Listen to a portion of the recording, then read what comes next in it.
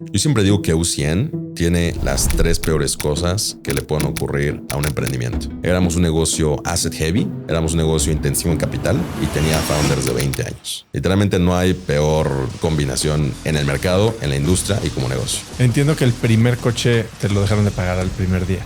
Sí. Entonces llegamos a ese punto y ¿qué hacemos? ¿Dejar de colocar coches? Pues no, la muestra es extremadamente pequeña y extremadamente mala en ese momento. Llegamos al coche 17 y me acuerdo, nos quedamos sin lana. Y empiezo a shortear invites, literalmente. Si buscamos un mensaje oso, hay probabilidad de que tengas un mensaje mío en LinkedIn por ahí perdido. Ojalá no lo tenga porque me va a dar un tope en la pared.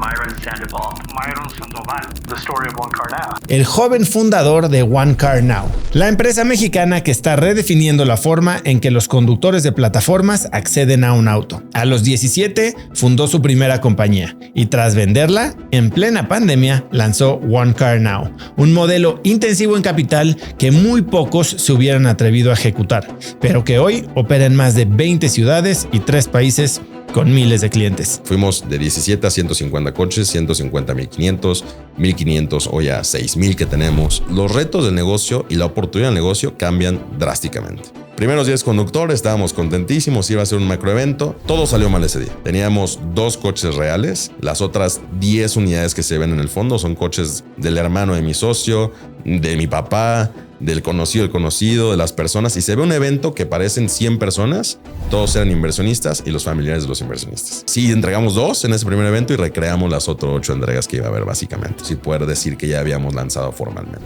La única cosa que nos dio certeza es ver lo importante de lo que hacemos. El Economy Worker de entrada está haciendo hasta 8x el salario mínimo en México, 7x en Brasil y el promedio está en 5.5 veces en Estados Unidos. La naturaleza del Gig Economy Worker es que es una persona que tiene capacidad de generar dinero si está 100% comprometida a este trabajo. Hola y bienvenidos a un nuevo episodio de Cracks Podcast. Yo soy Justo Traba y entrevisto cada semana a las mentes más brillantes para dejarte algo único y práctico que puedas usar en tu vida diaria. Hoy estamos ya en la recta final para llegar al 1,000,000 de suscriptores en YouTube y lo único que me falta eres tú. ¿Sabes que solo el 30% de la gente que escucha Cracks está suscrita al canal? No te toma nada, es picar un botoncito y así no te vas a perder de ninguno de nuestros episodios y nos ayudas a llegar a más y más gente. Hoy tengo como invitado a Myron Sandoval. En esta plática hablamos de mentalidad, resiliencia y visión a largo plazo, de cómo convertir una idea rechazada en una empresa rentable, de la importancia de ser coachable sin perder tu liderazgo y de por qué Myron cree que los grandes problemas se resuelven con estrategia y no con contrataciones. Esta es una gran plática con un tremendo emprendedor del que tal vez nunca habías oído y tenemos mucho que aprender, así que espero que disfrutes de mi conversación con Myron Sandoval. Myron, bienvenido a Cracks Podcast. Oso, mil gracias por invitarme. Oye, qué bueno tenerte aquí. Es una de esas historias que no mucha gente conoce y es algo que tenemos que cacarear aquí en México. Vamos a contar toda la... Tienes 23 años, la creación de One Car Now, una inversión que has comprometido a través de la empresa para México de $150 millones para los próximos años. Pero vámonos para atrás, que no hay mucho para atrás porque hay veces que preguntan, oye, ¿tú qué hacías antes de lo que haces hoy? Pues, tú eras niño. Es cierto. Cuéntame de cuando eras niño en Italia. A ver, yo me voy a Italia muy joven. Me voy en una etapa donde todos mis amigos se preguntan por qué viví en Italia tan chico. Y me voy a estudiar, no es una historia tan particular. La realidad es que llego con la visión de irme a Italia y llego con todas estas ideas de en Italia existe el derecho romano. Y yo vengo de una familia donde todos mis familiares, mis padres, mis tíos, mis abuelos son abogados y yo llego con esta visión de ir a replicar básicamente un playbook, ¿no? Y llego y estábamos platicando de... Llega una familia que evidentemente me da hospedaje, me permite quedarme con ellos y resulta que son una familia de muebleros. Entonces un pueblito que sucede mucho en la región donde yo vivía, en Verona, donde es lo de Romeo y Julieta y todo esto. Yo vivía a 40 minutos de Verona en un pueblito de 400 personas, básicamente, que se alimenta evidentemente de la fuerza laboral de otros pueblitos. Entonces llego a Italia y mi familia llevaba con esta empresa de muebles, mi familia ahora, en ese momento las personas que me hospedaban, 80 años, ¿no? Entonces era una historia donde ellos exportaban a toda Europa, de repente ya había muebles en Estados Unidos, en Asia, y con todo el tema de la dinámica, evidentemente, del arribo de marcas chinas a nivel global, Resulta que el año en el que llego, y mala decisión probablemente para ellos que deciden hospedar a un niño mexicano, la empresa después de 80 años estaba yendo a bancarrota. Entonces, primera historia literalmente o primera experiencia, yo llegando con una aspiración de estudiar Derecho Romano, ellos diciéndome, pues sabes que te vas a poner a trabajar en la mueblería para poderla sacar adelante. Entonces, muy, muy interesante, pero sin duda una gran experiencia. ¿Qué tuviste que hacer? ¿Cómo se vio ese cambio de perspectiva de lo que ibas a hacer? Porque te quedaste un buen rato en Italia. Sí, viví un par de años. Entonces, ¿cómo cambió básicamente la dinámica de lo que yo esperaba? También muy chico, eso es una realidad. Y lo que afronté, evidentemente, llegando ahí en una dinámica familiar, ahora los considero mi familia también, familiar muy distinta a la que yo estaba esperando. De entrada, pues evidentemente, probablemente menos enfoque a estudio, a toda esta idea de derecho romano, de especializarme en tema de ley y meterme más al tema de la empresa, ¿no? De repente, pues ya no había dinero para pagar fuerza laboral italiana, que evidentemente distintas dinámicas, distintos salarios, pues sabes que vamos a replicar, básicamente vamos a intentar reclutar y replicar el trabajo que desarrolla esta fuerza laboral italiana, ahora en una comunidad probablemente menos privilegiada como refugiados, por ejemplo, en su momento, ¿no? Entonces, ¿qué empezamos a hacer básicamente? Trabajar, o qué me tocó hacer, trabajar, por ejemplo, con las nuevas personas que se unen a la empresa, tratar de coordinar evidentemente su labor, tratar de medir básicamente lo que estaban haciendo en el día a día. Y al final del día, pues no es rocket science, ¿no? Es literalmente armar muebles, acomodar inventarios y coordinarlos, ¿no? Entonces, un poco lo que empezamos a hacer. Te preguntaba que si hablabas bien italiano y me dijiste que sí y que lo hablas mejor que el inglés, porque cuando aprendes lo que importa en la vida, estabas en Italia. Esa etapa de los 13 a los 15, en la que hacemos muchas tonterías, en las que muchos formamos nuestra identidad. En mi caso, claramente así fue. Para ti, haber pasado tiempo en Italia, tan joven, y los italianos tienen esta percepción de ser muy echados para adelante, obviamente muy románticos. ¿Qué te quedas? ¿Y quién eres hoy gracias a ese tiempo en Italia? Fíjate que hay algo que luego ni los propios italianos saben, pero el primer artículo de la Constitución italiana es que l'Italia, como lo llaman ellos, Italia como país, es un estado fundada en el trabajo. Entonces es literalmente el primer artículo, antes de derechos humanos, antes de derechos laborales, antes de cualquier cosa, es que el país es un estado fundado sobre el trabajo, ¿no? Entonces, más allá de una cultura, vamos a decirlo, de echarse para adelante, es una cultura que verdaderamente ha sobrevivido a lo largo del tiempo, muchísimos sucesos históricos. Hombre, tú vas a una calle y de repente conocí a constructores y no quieren escarbar porque de repente si escarban y encuentran un monumento romano, de repente centro histórico y ya no se puede construir, ¿no? Entonces ha sido básicamente cuna de la historia del mundo, literalmente. Y socialmente y culturalmente lo que han visto es evidentemente una transición de culturas como la romana, después el tema del Renacimiento, temas históricos como la Primera, Segunda Guerra Mundial, específicamente la Segunda, donde yo vivía fue una zona de guerra literalmente durante Guerra Mundial, épocas napoleónicas donde Napoleón llega, invade Venecia, el Véneto como reino en su momento. Pero específicamente, ¿qué me llevo yo? Sin duda este tema de todos los sábados allá se va a la escuela, todos los domingos se trabaja. Entonces, una cultura de mucho accountability, pero un drive personal de no es malo todo esto, sino es lo que tienes que hacer, ¿no? Entonces, un poco lo que yo me llevo a esa experiencia. Háblame de tu regreso a México. Tú vienes, como dices, de una familia de abogados, también es una familia de emprendedores. ¿En qué momento tú empiezas? Porque sé que empiezas muy chico con esta, ni siquiera sé si llamarle vena emprendedora, pero empiezas a biznear. Sí. Fíjate que, a ver, partíamos un poco de mi llegada a Italia, ¿no? Yo llego a Italia y de entrada empresa en bancarrota, me empiezo a meter en tratar de apoyar en todo lo que podía hacer a mis 13, 14 años, entonces tampoco era mucho. Pero sin duda es una gran experiencia, ¿no? Y llego a México y en lugar de meterme literalmente en prepa, por curioso que suene, a la parte humanística, a la parte humana dentro del tronco ya no común, sino especializado, ya me meto más a administración, empresa, ¿no? Entonces, ¿qué se genera? Básicamente una transición de esta visión un poco más humanística, humana, de ciencia social, si lo queremos ver, a una ciencia más de negocio, vamos a decirlo. Entonces llego aquí a estudiar prepa, básicamente en esta transición, básicamente a estudiar prepa. Y muy curioso, mi primer emprendimiento surge en escuela como un proyecto justamente de una clase que justamente está muy cercana aquí donde estamos grabando el podcast La Escuela. Y surge como, a ver, vamos a hacer un proyecto escolar y este proyecto escolar nos da a nosotros la posibilidad de ganar un reconocimiento como mejor proyecto de toda la red de este grupo de escuelas a nivel nacional. Y ese proyecto se vuelve nuestro primer emprendimiento con mi ahora socio también en Ocean. Cuéntame cómo, a ver, cuál era la idea, cómo gestionas este proyecto. Fíjate que la idea era muy simple. Mi familia históricamente se ha dedicado a la agroindustria.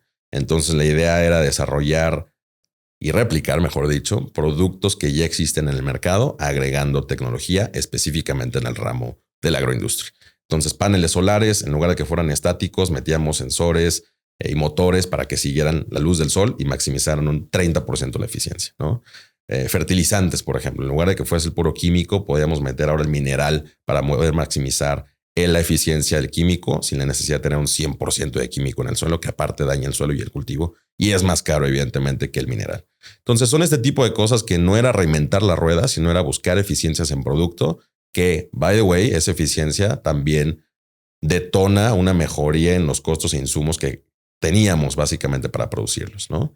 Entonces así surge como un proyecto donde sacamos un primer producto. Ese primer producto nos dimos cuenta. ¿Los paneles? Los paneles, exacto. Ese primer producto nos damos cuenta que necesitaba un complemento o quien nos lo compraba podíamos tener otro producto en portafolio, evidentemente ofrecerle. Y así surge. Entonces empezamos a replicarlos con la red, evidentemente, que conocíamos, la venta y distribución de todos estos productos y al final terminamos vendiendo ese negocio en 2020. ¿A quién se lo vendes? A una empresa de Puebla, justamente, que se dedica también a comercialización de productos fertilizantes específicamente. En 2020 tenías 19 años y vendes tu primera empresa, sacas algo de lana.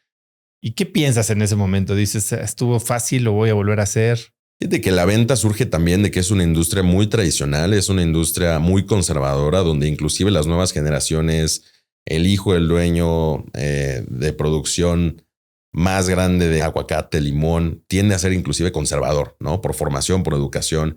Entonces, diría que también la venta sale a nosotros traer un mindset y un chip de querer vender, querer hacer, querer producir, querer innovar. Y el mercado diciéndonos, pues esto funciona bien. Chance no hay tanta necesidad de arriesgarnos a un 30% más de eficiencia en el ahorro de luz o un 50% más de eficiencia en el tema de los cultivos, ¿no? En el fertilizante específicamente. Entonces surge un poco también de, híjole, chance estamos un poco frenados, no por nuestra capacidad de ejecución, sino porque el mercado tampoco te está demandando esa mejoría o esa eficiencia o esa innovación, sino que al mismo tiempo lo ve hasta como un riesgo de cierta forma, ¿no? Entonces vendemos esta empresa y dijimos como, a ver, esta industria chance no la volveríamos a tocar porque... Pero está muy interesante que tú emprendes en una industria que si bien nunca habías trabajado en ella, pues tenías toda la... el famoso founder market fit. Conocías a los actores, conocías los dolores y tenías bien que mal un poco de network para entrarle y eficientar algo que parecía que nadie le estaba haciendo caso. Cierto. Sin embargo, el mercado también te hablaba, ¿no? Y la respuesta del mercado era... Pues no necesariamente queremos que el panel solar se mueva, ¿no? No necesariamente queremos meter mineral dentro del químico solamente porque es un 20% más barato. Entonces, la realidad es que nos salimos de ese proyecto, no solamente porque sí fue evidentemente una salida en cuanto monetaria, en cuanto a la oportunidad de la venta de la empresa, sino también porque 19 años, tratar con personas de 50, 60, 70 en muchas ocasiones, difícil, inclusive burocrático, a pesar de que es un family driven business, era complejo para nosotros, ¿no? Y si bien es cierto que podría ser el founder fit, definitivamente no era el age fit, ¿no? Entonces, complejo. Sí, pero lo veías, o sea, sí fue un obstáculo tu edad a los 19 años estar tratando de transformar una industria, pues yo creo que la más antigua de México. Sí. Sí, lo veías cuando ibas con... Ni siquiera vayamos con los productores, ni siquiera vayamos con los dueños de empresas, ¿no? Vayamos con los distribuidores que se encargaban de vender el producto. Llegabas, tocabas la puerta y te decían, pues ¿a qué hora llega tu papá, no? Entonces... ¿Cómo respondías a eso? Pues no va a venir mi papá, entonces yo soy con el que tenemos que hacer trato. Entonces, no, naturalmente distinto, complejo, pero más allá de aquello incómodo, ¿no? O sea, la realidad es que tampoco estás esperando que si estás trayendo un producto, una mejoría, inclusive un ahorro a las personas, la primera barrera sea como, híjole, tu edad no ayuda, no queremos tanta innovación y no vemos una mejoría real, ¿no? Entonces, ya te decía, un poco la salida, sí, evidentemente nace la oportunidad monetaria del exit, del famoso exit, sino también de un cambio que nosotros como cofundadores queríamos tener sobre la industria específicamente.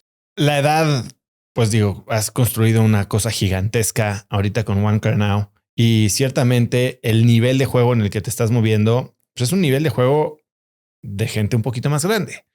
Tal vez en Estados Unidos están más acostumbrados a gente más joven moviéndose en esas industrias con esas propuestas de valor y sobre todo con esos montos.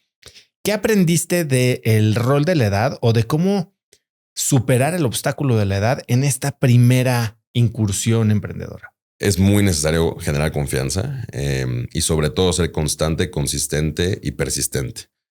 Yo creo que las personas, inclusive de 50, 60 años, hoy en día con grupos automotrices, en su momento en el primer negocio lo veíamos con productores, empresarios de la agroindustria.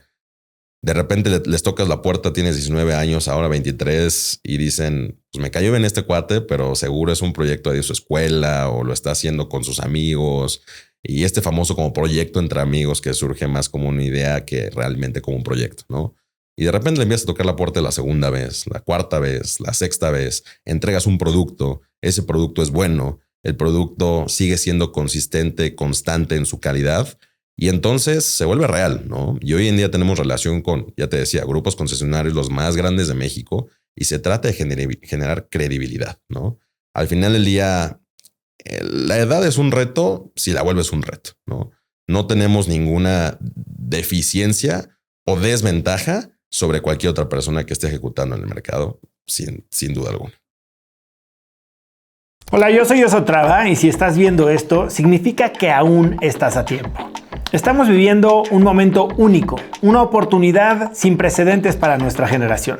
Tenemos al alcance herramientas que hoy aceleran negocios de forma masiva, pero si no las sabes usar, te vas a quedar fuera. ¿Cuándo piensas en aprender inteligencia artificial? ¿El próximo año? ¿Cuando tengas tiempo? Si eres un pequeño o mediano negocio, debes de estar explotando las herramientas para hacer más tiempo, pero más importantemente, para ser más rentable y vender más. Yo te quiero invitar a una clase en vivo totalmente gratis con el mejor instructor de IA en México, con la persona que a mí me ha enseñado a implementarla en mis propios negocios y a muchas de las empresas más grandes de México también.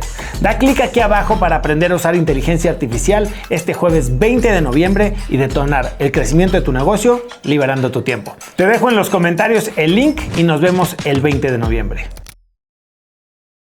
Bueno, cuéntame entonces cómo vendes una empresa y de dónde nace esta idea de continuar y de hacerlo en un área en la que sí ya no tenías ni idea de lo que estaba pasando. 0% relacionado.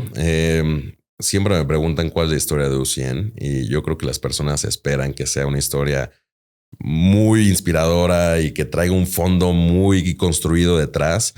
Yo siempre digo que iniciar un negocio se basa en 4 específicas verticales, uno siendo la observación, el análisis, la planeación y la ejecución, ¿no? Y esa es 100% la historia de U100. Yo leo un día un artículo que me manda mi papá por WhatsApp y ese artículo era un fundador español, que hoy en día somos buenos amigos, que tiene la empresa del producto allá se llama Renting más grande de Europa. Y total que le mando un mensaje por LinkedIn. ¿Por qué te la mandó tu papá? Vamos a hablar de esta relación con tu papá. ¿Por qué te la mandó? Mi papá ya llevaba 1 año y medio de haber vendido la empresa. Entonces yo creo que veía como este tema de pues ya no está haciendo mucho, me está estudiando, pero no está haciendo tantas cosas en tema productivo. Y esa es su historia, ¿no? O sea, me la manda un día y me mandaba semanalmente, literalmente. A ver, sabes que esto puede funcionar, esto está bastante bueno. Pero eso habla de cómo te veía él, porque no le mandas a tu hijo de 19 años el artículo y el nombre de la empresa de renting más grande de España, nada más porque sí, igual y le mandas un chiste o un meme, ¿no? Cierto. A ver, mi papá también me ha puesto mucha presión a través del tiempo en, a ver, ¿cuál es tu objetivo? ¿No? Tu objetivo es monetario. Yo creo que acá no hay respuesta buena o mala en objetivos personales. Para algunos es poder y se vuelven políticos, para otros es monetario y se vuelven empresarios. Para otros es construir cosas, ¿no? Y de repente cuando tienes esta voluntad de generar algo que genere un impacto que trascienda y de repente quien te ha visto crecer toda la vida, en este caso mi papá, te ve como un estatus de que ni estás haciendo esto bien, ni esto otro bien, ni te estás enfocando en la escuela, ni estás haciendo algo productivo, pues de repente le empiezo a plantar semillas, ¿no? Y yo creo que eso fue lo que sucedió. Al final del día me manda este link y lo primero que yo hago es empezar a leerlo y me acuerdo de la conversación que tuvimos y me dijo, pues mándale un mensaje al fundador. Le mando un mensaje por LinkedIn y este cuate, Hans... ¿Qué decía este mensaje? ¿Qué le pediste? Me gustaría reunirme contigo. Acabo de leer este artículo, le mandé el artículo. Me gustaría reunirme contigo y me gustaría poder hacer algo similar en México. Entonces, por ahí está la conversación en LinkedIn. Y este founder justamente es un founder guatemalteco muy exitoso que se va a Europa y en Europa hace la empresa de renting más grande de allá, ¿no? Inicialmente por España y después le empiezan a crecer. Me reúno con esta persona, con este founder, un mes después de que me conteste el mensaje, porque también evidentemente está en una transición muy compleja o muy dinámica, vamos a decirlo. La primera cosa que me dice es, yo le acabo de vender mi empresa al grupo de financiamiento automotriz más grande de la región, que es un grupo automotriz que tiene su brazo financiero. Y tengo tiempo para coachearte, ¿no? Entonces, ni mandado a hacer, ni alineado por los astros, me empieza literalmente a coachear. Para quien no entienda qué es el renting o cómo funcionaba la empresa de Hans. A ver, lo que es el renting en España es, y quien pueda estar más familiarizado con un comparable aquí en México, es un leasing en México. Entonces, básicamente, ellos tienen la capacidad de poder ofrecer un auto en suscripción o en renting, le llaman ellos, donde la diferencia a un leasing mexicano es que puedes rentar un vehículo por una semana, un mes, 3 meses. Y acá lo interesante es que puede ser por un periodo corto de tiempo, pero sobre todo por vehículos nuevos, que no sucede en el leasing mexicano, ¿no? En el leasing mexicano, pues tú tienes un auto nuevo, pero te lo quedas 3 a 4 años. Exacto. Entonces es una dinámica de mercado compleja o distinta, mejor dicho, en Europa, dado que el valor, o mejor dicho, el mercado de seminuevos también es más estable en cuanto a su valor comercial, ¿no? Cosa que aquí en México pues no existe una parametrización básicamente de cómo estandarizamos los costos post del vehículo, ¿no? Postventa del vehículo, vamos a decirlo. Y entonces te empieza a coachar. Me empieza a coachar y me lo ¿Con traigo qué objetivo? a México. Tú ya dijiste, voy a hacer algo y ¿por dónde empiezas? Te lo traes a México, dijiste. No a él, me traigo el modelo directamente. Okay. Entonces me empieza a coachar y yo creo que era literalmente lo nefasto que yo era en insistirle. ¿Sabes qué? Dame una sesión esta semana. Tengo esta duda, respóndemela. Y literalmente llegó un momento que me contestaba llamadas de 5 minutos versus yo estarle mandando parágrafos de mensaje, ¿no? Párrafos de mensaje. Entonces, un poco la perspectiva es, me vuelvo tan insistente con él que yo creo que dice, mira, de todos modos, yo voy a estar locked in parte de la adquisición o de la venta que estoy haciendo de mi negocio. Por los próximos 3-5 años voy a ayudar a este cuate mexicano que me está pidiendo y fregando todo el tiempo, ¿no? ¿Te pidió algo a cambio? Nada. Al día de hoy lo único que tenemos es mi amistad y su amistad en conjunto, literalmente. No tiene ni shares, absolutamente nada, pero yo siempre se lo reconozco mucho a Hans, sin duda. Entonces, ¿qué es muy interesante? Me lo traigo a México y lo primero que vemos en México es que el leasing, y esto es muy real, no tiene un valor agregado para el consumidor más allá de la deducción de impuestos. Si la persona es asalariada o informal, la deducción de impuestos no es un valor real.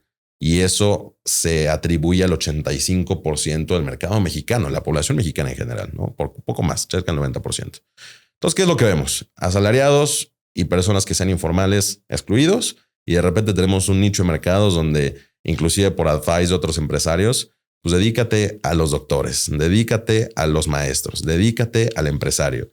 Y la realidad es que se vuelve una guerra de precios y de márgenes. Hoy en día hay 50 empresas de leasing aquí en México o más, 100,000 empresas de leasing en México, específicamente automotriz.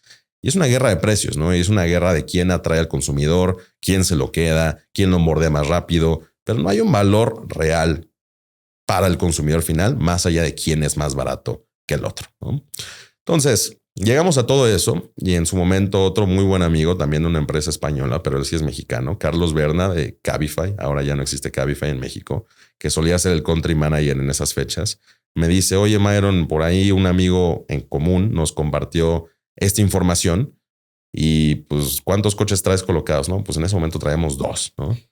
Quiero poner el contexto porque suena padrísimo. Este cuate que tiene la empresa de renting más grande de España te empieza a asesorar, pero es un negocio muy diferente al que habías hecho antes. No tienes idea más que lo que te puede decir Hans y es un negocio que va a requerir muchísimo dinero.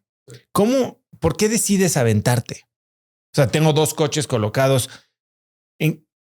Ayúdame a cerrar esta brecha entre un negocio de financiamiento, leasing, renting, como le quieras decir, y lo que tú sabías y tenías a tus 20 años? Se fue planchando 100%, ¿no? Ya te decía, traté de adaptar, vamos a decirlo, día cero, tratar de adaptar el modelo de renting a México.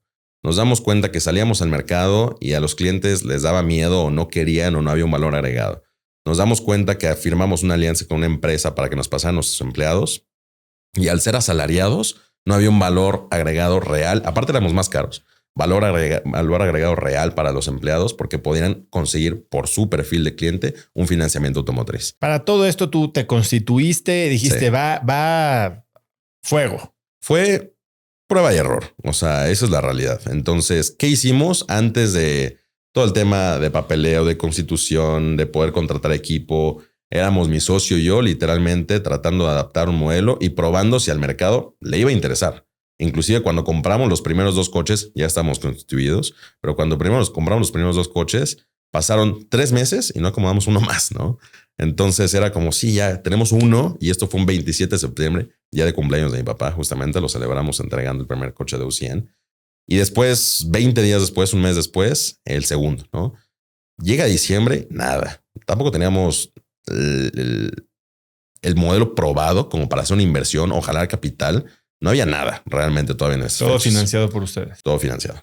Entonces llega 2022, nos manda un mensaje Carlos, me pide una llamada literalmente, Carlos el de Cabify, y nos dice, oye, ¿cuántos coches traes? Le decimos, no, pues 2, ¿no? Y la verdad es que no sabemos si le vamos a seguir dando porque pues llevamos 2 y el mercado ni por website, ni con paid ads, ni por otro lado está jalando verdaderamente momentum.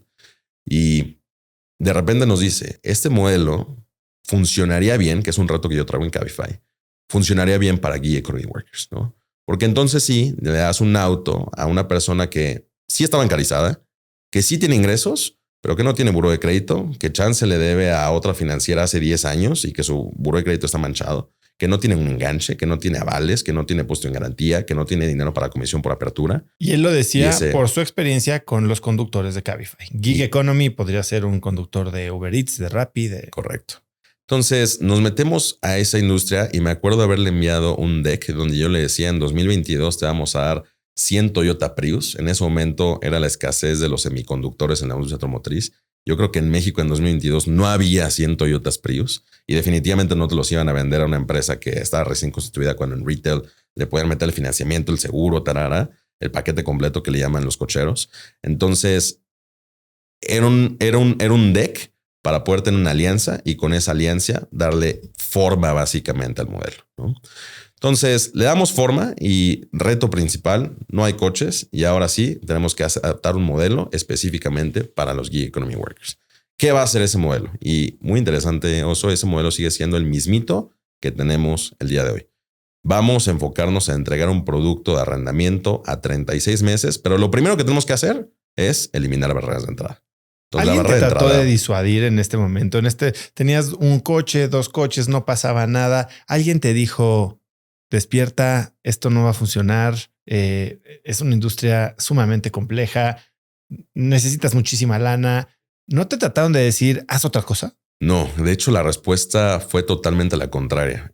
Cuando vamos con nuestro círculo cercano de personas y planteamos a una ronda presemilla, la aceptación y respaldo que tuvimos de grupo fue inmensa, ¿no? Te diría, sí, second to none, básicamente en un Friends and Family. ¿A qué lo atribuyes? Drive, 100%, ¿no? Y hoy lo platico con los primeros 2, 3 inversionistas de U100 y eran papás de amigos míos y te dicen, hombre, es que yo veía a mi hijo y después veía a ti y decía, hombre, pues chance se le pega tantito, ¿no? Y empiezan a trabajar en conjunto y eso es muy cierto. Los primeros 10 colaboradores de U100 fueron amigos míos con los que crecí desde chico, ¿no?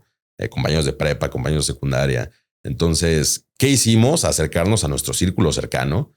Ellos vieron el drive y la apostaron, ¿no? Y al día de hoy son los primeros inversionistas que afortunadamente hemos podido entregar muy buenos retornos en valor de capitalización sobre sus acciones. Pero bueno, dejando un poco eso de lado. A ver, ¿qué hacemos en ese momento? Adaptamos un modelo donde la primera premisa, y te va a sonar todavía más loco que te estoy a punto de decir, es eliminar barrera de entrada. Entonces, mercado de crédito automotriz en México se acelera en los años 2000. Empieza a haber financieras de leasing 2010 de manera ya un poco más en volumen y como industria. En 2016, para darte un poco de contexto, llega Uber a tratar de cerrar una alianza con Nissan Financial, la financiera de automotriz de Nissan, y quiebran todos esos loans, ¿no? Porque el default era extremadamente alto, porque Uber tenía apenas 2-3 años de track record, porque el conductor no estaba familiarizado con ser taxista, mucho menos un conductor de Uber cuando esa industria era 2 años antigua. Entonces veníamos de un track record pre-pandemia pésimo para la industria, específicamente, no diría automotriz, específicamente de gig economy workers. Llega la pandemia y sucede Crédito Real, sucede Unifin, sucede la quiebra básicamente de las financieras automotrices más grandes del país, ¿no? Entonces nos atravesamos estamos en un mercado que no necesariamente está booming. La pandemia no hay tanto rider worker, no es como que te ibas al súper en Uber o al centro en Uber o te transportabas en Uber porque no había dónde ir. Esa era una realidad. La industria estaba repuntando y nuestra idea fue vamos a eliminar barreras de entrada. Entonces regresamos al 2016, Nissan Financial, no buró de crédito, no enganches, no depósito en garantía. Pero lo único que ha cambiado en este periodo de 10 años, o en ese momento 5 años, versus 2016-2015, es que ahora Uber y todas estas personas ya tienen un track record de 6-7 años. Solo para la gente que ya lleva trabajando ahí. Eso es muy cierto. Entonces, también lo que tratamos de hacer es cómo encontramos certeza, confort y sobre todo, vamos a decirlo, certeza en poder confiar en una persona que no tiene buró de crédito, que probablemente ya le faltó a Nissan y lo vamos a ver en un buró de crédito, que si no había tenido un auto propio, estaba rentándole a un peer-to-peer o al vecino o al hijo del conocido o a quien fuese para poder tener acceso básicamente al coche, al capital de trabajo, ¿no? Y que no tienes un aval o un recurso. Nada, literalmente nada. Entonces, ¿qué vimos? La única cosa que nos dio certeza es ver hoy en día lo que siempre decimos, lo importante de lo que hacemos. ¿Cuál es el perfil de un gig economy worker? El gig economy worker de entrada está haciendo hasta 8x el salario mínimo en México, 7x en Brasil y el promedio está en 5.5 veces en Estados Unidos. Entonces, la naturaleza del gig economy worker es que es una persona que tiene capacidad de generar dinero si está 100% comprometida a este trabajo, ¿no? ¿Dónde empieza el gig worker? El gig worker empieza repartiendo comida en bicicleta. De repente Itálica o cualquier otra empresa de financiamiento de moto les da un financiamiento de moto de 15,000 a 25,000 pesos y ese es su primer financiamiento. De repente ven que les gusta empezar a trabajar 100% comprometidos en este gig economy general, ya sea con repartidores o con lo que sea, se consiguen su primer coche. Se consiguen su primer coche prestado, rentado, lo que sea. Hoy en día el 80%, es más, si tomamos un Uber ahorita hay un 80% de probabilidad que el conductor que llegue no sea dueño del vehículo que llegue, ¿no? Entonces, ¿qué vimos? Porque es de un tercero. Peer-to-peer, vamos a decirlo, de renta persona con persona. Entonces, ese es el 80%. Y que es un negocio que mucha gente trató de hacer y parecía muy fácil, ¿no? Compraban 5 o 6 Versas y se lo daban y después no sabían cómo administrar a los choferes y el mantenimiento se los comía y resultó que no era negocio para nadie. Es negocio, yo creo que cuando tienes 2 o 3 coches, cuando tienes ya más de 10, vuelve un nightmare operativo, sobre todo si lo haces todo muy manual, ¿no? Cóbrale semanalmente a 10 personas, sácalos de corralón, págales mantenimiento, ya lo decías, coordina el mantenimiento, que no te cambien las llantas, que no lo choquen, que no lo traigan sucio, que le pongan gasolina, tararara, ¿no? Es un sinfín de cosas que evidentemente con tecnología no hoy las hemos sabido aplicar, pero que una persona física queriendo comprar 10, 20 coches, se la va a pasar bastante ocupado haciendo eso, ¿no? Entonces, primera cosa que hicimos fue encontrar confort, certeza en este track record que las personas viven en esta transición de convertirse de trabajador informal a delivery, de delivery en bicicleta a moto, de moto a coche, ahora siendo driver y de driver queriendo aspirar a algo mejor. Y nos damos cuenta que la dinámica del mercado peer-to-peer es pulverizada, fragmentada y lo que eso significa es no estandarizada. Significando que Oso puede tener 3 coches, Myron puede tener 3 coches y las dinámicas del financiamiento o la renta de Oso van a ser 100% distintas a las dinámicas que tiene Myron, ¿no? Entonces un conductor de repente le retienen por la gasolina, le retienen por el seguro, tú le retienes y le das nada más un fee como si fuera empleado, evidentemente no está protegido, exacto, con el seguro social. Entonces dinámicas completamente distintas y el siguiente paso que nosotros vemos es la estandarización de ese producto. Entonces, en el track record encontramos certeza y lo primero que hicimos fue eliminar barrera de entrada, por loco que suene. Entonces, no enganche, no depósito en garantía, no avales. Para esto sigue siendo tu dinero y el de tus inversionistas Friends and Family. Correcto. Sí. Levantamos este primer capital, le colocamos los primeros literalmente 17 coches y ahora sí sigue una búsqueda de 6 meses. Esto fue... Entiendo que el primer coche te lo dejaron de pagar al primer día. Sí. O sea, esa es una historia muy interesante. El primer coche fue un coche que literalmente nos incumplió el pago porque chocó. Y cuando chocó tenía que haber pagado el deducible. Incumplió en el pago del deducible e incumplió en el pago de nuestro fee, básicamente, ¿no? Entonces llegamos a ese punto y ¿qué hacemos? ¿Dejar de colocar coches? Pues no, la muestra es extremadamente pequeña y extremadamente mala en ese momento, ¿no? Pero sin duda había mucha convicción y teníamos ya el partner específico.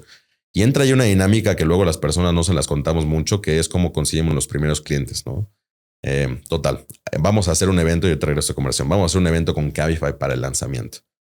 Vamos a colocar los primeros 10 coches, vamos a juntar a las primeras 10 personas. No había coches en el mercado, entonces conseguir esos coches fue, no diría un dolor, pero un esfuerzo altísimo de sacar 3 coches en Puebla, 3 coches en San Luis Potosí, 3 coches en Zacatecas. Esto es una historia real y un coche en la Kia de Polanco, ¿no? Entonces nos dan estos 10 coches, los traemos a Ciudad de México. Los primeros clientes los conseguimos en grupos de WhatsApp, literalmente. Entonces nos metíamos con un Uber. A ese Uber le decíamos, oye, ¿sabes qué? Me gustaría ser conductor de Uber a mí también. ¿Me podrías meter a tu grupo de conocidos de Uber? Nos metían al grupo, mandamos publicidad y nos sacaban. Porque no está permitido publicidad en todos esos grupos de WhatsApp ni de Facebook, ¿no? Pero de repente alguien se agarraba, nos mandaba un mensaje, aplicaba y lo bordeábamos. Bueno, bordeábamos porque no había, todo era muy manual y le dábamos básicamente la fecha para poder recoger su coche. Misma fecha que era el día del evento de Cabify. Primeros 10 conductores, estábamos contentísimos, iba a ser un macroevento. Todo salió mal ese día. Teníamos 2 coches reales. Las otras 10 unidades que se ven en el fondo son coches del hermano de mi socio, de mi papá, del conocido, de las personas. Y se ve un evento que parecen 100 personas. Todos eran inversionistas y los familiares de los inversionistas. 5 personas de Cabify, evidentemente mi amigo Carlos Berna con todo su equipo. 10 personas de U100, que eran mis amigos, ya te lo comentaba, y los familiares básicamente de todos que estamos en el lanzamiento. Total que literalmente recreamos estas primeras 10. Sí, entregamos 2 en ese primer evento y recreamos las otras 8 entregas que iba a haber básicamente, ¿no? Para poder hacer como el acto mediático de fotos y poder decir que ya habíamos lanzado formalmente. Entonces, muy interesante, ¿no? Al paso del tiempo, eso evolucionó, que el propio partner, en este caso Cabify, nos empezaba a referenciar clientes y ese se volvió nuestro canal de adquisición. Cabify, dices, ya no está en México, pero en España es una empresa gigantesca, ¿no? Y llegó a valer más de $1,000 millones. ¿Qué hace Cabify asociándose con 2 chavitos de México que tienen colocados 2 coches? ¿Cómo, o sea, más allá de la relación que tenías tú con Carlos, cómo saltas todos estos obstáculos para que una empresa pues ponga su reputación en un proyecto así de endeble? Me acuerdo que Carlos lo mencionaba mucho cuando estábamos a punto de lanzar. Decía, esto es un deal que se va a anunciar a nivel headquarters y se va a la junta internacional. Entonces, este deal lo va a saber el country manager de Argentina, el de Colombia, el de Perú, el de México, naturalmente, que era él, España y todos los demás países, ¿no? Entonces, si vamos para adelante, vamos para adelante y no hay vuelta atrás. Y nosotros, sí, Carlos, te vamos a dar, ya te decía, ¿no? Los Toyotas híbridos y de repente este otro modelo, ¿no? Nosotros hacemos todo este evento y yo me acuerdo de una llamada diciéndole a Carlos un día antes, no va a haber coches y no va a haber clientes. O sea, va a haber 2, ¿no? Y Carlos me dice, a ver, shit happens. Va a pasar hoy, va a pasar mañana y chance no me entregas los 100 híbridos este año, pero hay que darle para adelante con el lanzamiento. Hacemos el lanzamiento. Fast forward 2 meses después, teníamos 17 coches. Entonces, lo que te decía hace un segundo, ¿no? No se trata nada más de un one-off e irte y presentar y mandar un deck y que te veas muy formal y que vayas de trajecito y te presentes y tengas una buena labia y te veas formal, sino es realmente la ejecución, el delivery, ¿no? Chance ese día nos fue pésimo y fue al revés. Entonces, ese primer día quedamos como tontos, pero ya había un trabajo detrás y después en los 2 meses subsecuentes sí entregamos. Entonces, de repente, si esperábamos entregar 20, pues bueno, había 17, ¿no? Llegamos al coche 17 y me acuerdo, nos quedamos sin lana, literalmente. Entonces ya no había para colocar más coches. Esto habrá sido abril del 2022. En ese momento yo hago lo que hice para mi proyecto pasado, que fue una búsqueda te diría sin fondo en LinkedIn, y empiezo a shortear invites, literalmente. Si buscamos un mensaje oso, hay probabilidad de que tengas un mensaje mío en LinkedIn por ahí perdido. Puta, ojalá no lo tenga porque me voy a dar un tope en la pared. Pero muy interesante, ¿no? Y empiezo a shortear a la gente de todo Estados Unidos, de todo Brasil, de todo México.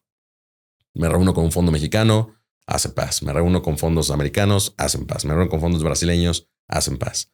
Total que llega uno en medio. ¿Con qué? ¿Cuál era el argumento para decir no es para mí? Yo siempre digo que U100 tiene las 3 peores cosas que le pueden ocurrir a un emprendimiento. Éramos un negocio asset heavy, teníamos activos. Éramos un negocio intensivo en capital y tenía founders de 20 años. Literalmente no hay peor combinación en el mercado, en la industria y como negocio. Entonces, veníamos en Bubble Ahora, Burst. ¿esto es 2021? Es 2022. Ah, ya había tronado. Exacto. Venimos post Bubble Burst, ¿no? Entonces, de repente el mercado no está necesariamente seco, sino que sí había dry powder, pero el willingness to invest no estaba ahí definitivamente, ¿no? Menos para asset heavy, capital intensive y unos chavitos de 20 años. Tenemos un inversionista que justamente invirtió en esta pre-seed, inclusive en una etapa antes como advisor, y nos dice, tú te metías al perfil de LinkedIn en Myron y parecía un con entrepreneur. Había nada, absolutamente, ¿no? La primera empresa no era pública porque no podía ser tan pública ni tan comercial, entonces no había tanta información.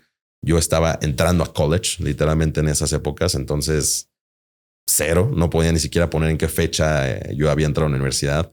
Mis conexiones eran 500 probablemente porque estaba entrando en el mundo de las startups, vamos a decirlo, o de VC. Entonces era un fantasma literalmente que se había puesto a reclutar básicamente invitaciones de LinkedIn, ¿no? Y mi pitch era muy sencillito, ¿eh? O sea, era, hola, soy Myron Sandoval, CEO de U100. Estoy haciendo esto, me encantaría conectar y compartirte más de lo que estoy haciendo. Y así, tomaba llamadas. Y algo que le digo mucho a los inversionistas, específicamente fintech, es hoy en día, ya lo sé, en ese momento absolutamente no, era saber qué puertas tocar, ¿no? Por vallas y creo que por fama, nosotros nos fuimos mucho a tocar puertas de Silicon Valley. El inversionista de Silicon Valley, ni experiencia ni interesado en asset heavy o vamos a decirlo capital intensive businesses, mucho menos lending fintech, ¿no? Habrá 3, 4 fondos en todo Silicon Valley que están específicamente especializados y son los que invirtieron en Kavak, son los que invirtieron en Nexu, entre muchas otras de las empresas aquí de México. Es interesante lo que dices porque muchos emprendedores se me acercan y seguramente pasa a ti, te dicen, preséntame inversionistas, como si ser inversionista fuera un commodity, exacto, blanket, ¿no? Y todos son iguales y puedes tener el mismo pitch para 200, ¿no? Cuando puede de 200 solo funcionar el pitch que necesitas hacer con 2 o 3. Fíjate que da mucho a eso lo que te estaba a punto de decir. O sea, nosotros, o aprendí básicamente que el Silicon Valley type of investor no iba a invertir en nosotros. Y lo aprendí después de 20 llamadas, porque lo que sí tiene el Silicon Valley type of investor es que hacen mucho quid pro quo. Entonces te toman la llamada, te ayudan, pero te dicen, I'm not going to invest, ¿no? No tanto chance la intro, porque también la intro evidentemente es pasarle tu network worth a otra persona, pero sí te asesoran un poco, ¿no? Entonces aprendí rápidamente que la puerta que yo iba a tocar estaba en el East Coast, no en el West Coast. El ex Wall Streetero que ahora tenía un fondo de inversión. El ex partner en X firma de deuda que ahora tenía un fondo de deuda y aparte de VC, ¿no? Entonces empiezo a tocar esas puertas ahora ya en LinkedIn, que aparte son menos LinkedIn based. Entonces no están tan públicos porque evidentemente el perfil es menos de ese estilo, menos tech, menos, sí, startupero, vamos a decirlo, menos VC. Y contestan ahora ya conversaciones más atinadas, ¿no? Y de repente las preguntas ya eran distintas y la conversación ya era más focalizada y las respuestas que nosotros teníamos que tener preparadas obviamente eran mucho más técnicas, vamos a decirlo. Y nos invierte un inversionista entre los dos mundos de Chicago, ¿no? Y es un inversionista que literalmente es un fondo de inversión que se llama New Stack Ventures. Y New Stack Ventures por tesis invierte en lo que ellos llaman outsiders. Entonces, personas que no estén en el West, personas que no estén en el East y personas, muy chistoso, que no estén en Chicago. Entonces, ¿dónde invierten? todo lo que está en medio, literalmente. O todo lo que no sea Harvard, todo lo que no sea Ivy League, todo lo que no sea ex Uber, ex Google, ex Meta. Y yo caí a lo redondo. Sí y no, porque su diversidad frena muchas veces en la frontera. Cierto. Y ellos son un fondo que inclusive en Chicago sucede mucho eso porque están en el Midwest. Entonces, pues ni están allá ni están acá, ¿no? Y lo que ellos esperaban es que muchos otros inversionistas por tesis de Chicago pudieran invertir en nosotros. Y lo que toca decir es totalmente cierto. Nada fuera de Estados Unidos, ¿no? Entonces nos invierte este fondo de Chicago, que justamente los voy a visitar esta semana, el miércoles, dará una conferencia ya 3 años post-investment. Y lo primero que hace es decirnos, a ver, tienes 17 coches, el mundo ha cambiado, ya no es FOMO, ya no es momentum, necesitamos que ejecutes. Y para nosotros invertir necesitamos que estés o nos dejes ver que puedes llegar a 40. Entonces, ¿de dónde fregado saco la lana para llegar a 40 cuando estoy pidiendo el capital para llegar a 40? ¿No? Entonces, ya teníamos el lead, ya teníamos un term sheet, pero no teníamos dinero para poder llegar a 40. Y lo primero que yo hago es... ¿Cuánto representaba llegar a 40? ¿Eran $2 millones? ¿3 millones? Eran $400,000 llegar a 40 aproximadamente. Entonces, ¿qué hicimos? Básicamente reinvertir un poco nuestro propio capital y levantar básicamente a otros inversionistas, pero ya con un term sheet en mano, ¿no? Entonces, de repente nos trajimos a otros inversionistas, angel investors. Hoy en día tenemos uno muy, no diría popular, sino también muy público, que es Iván Montoya, que invierte en muchas startups de Latinoamérica. Él está basado en Silicon Valley. Nos jalamos inversionistas de Nueva York, nos jalamos inversionistas, pero todo esto sigue siendo angel investing, ¿no? Tickets de 10, 20. 20 a 50K. 50K ya en el high end, ¿no? Entonces, nuestro cap table día 1 parece cap table de Series C startup, pero era lo que había para el negocio que estábamos manejando y para el perfil que nosotros también traíamos, ¿no? Entonces, llegamos a las 40, cerramos la ronda y magic happens. Nos reunimos con una financiera que está aquí a 3 cuadras de donde estamos grabando. ¿Con quién? Leasing DPC se llama, dirigida por Guillermo Obregón y Zach Sutton. Y no es broma, nos citan un día a las 5 de la tarde. Nosotros les pedimos financiamiento para poder llegar a 100 coches. Entonces era un financiamiento, básicamente arrendamiento o financiamiento, una línea. 2 horas después nos retiramos de la reunión. 2 horas después nos llaman y nos dicen mañana les vamos a otorgar el capital. Entonces está aprobado, ¿no?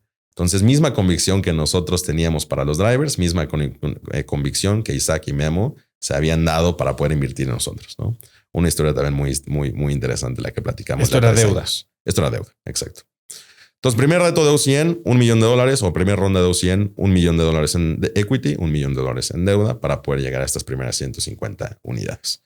Entonces, llegamos a las 150 unidades. Esto fue finales. Esta deuda y estar 50% apalancado, o sea, ¿qué efecto tenía en el modelo de negocio? Porque supongo que tampoco era como que tenías unos márgenes gigantescos. Fíjate que algo que nosotros nos pusimos desde el día 1, aprendiendo desde el primer proyecto, sobre todo que era un proyecto también intensivo en capital, teníamos mucho R&D, era tratar de ser lo más eficiente en esquema o aspecto operativo posible.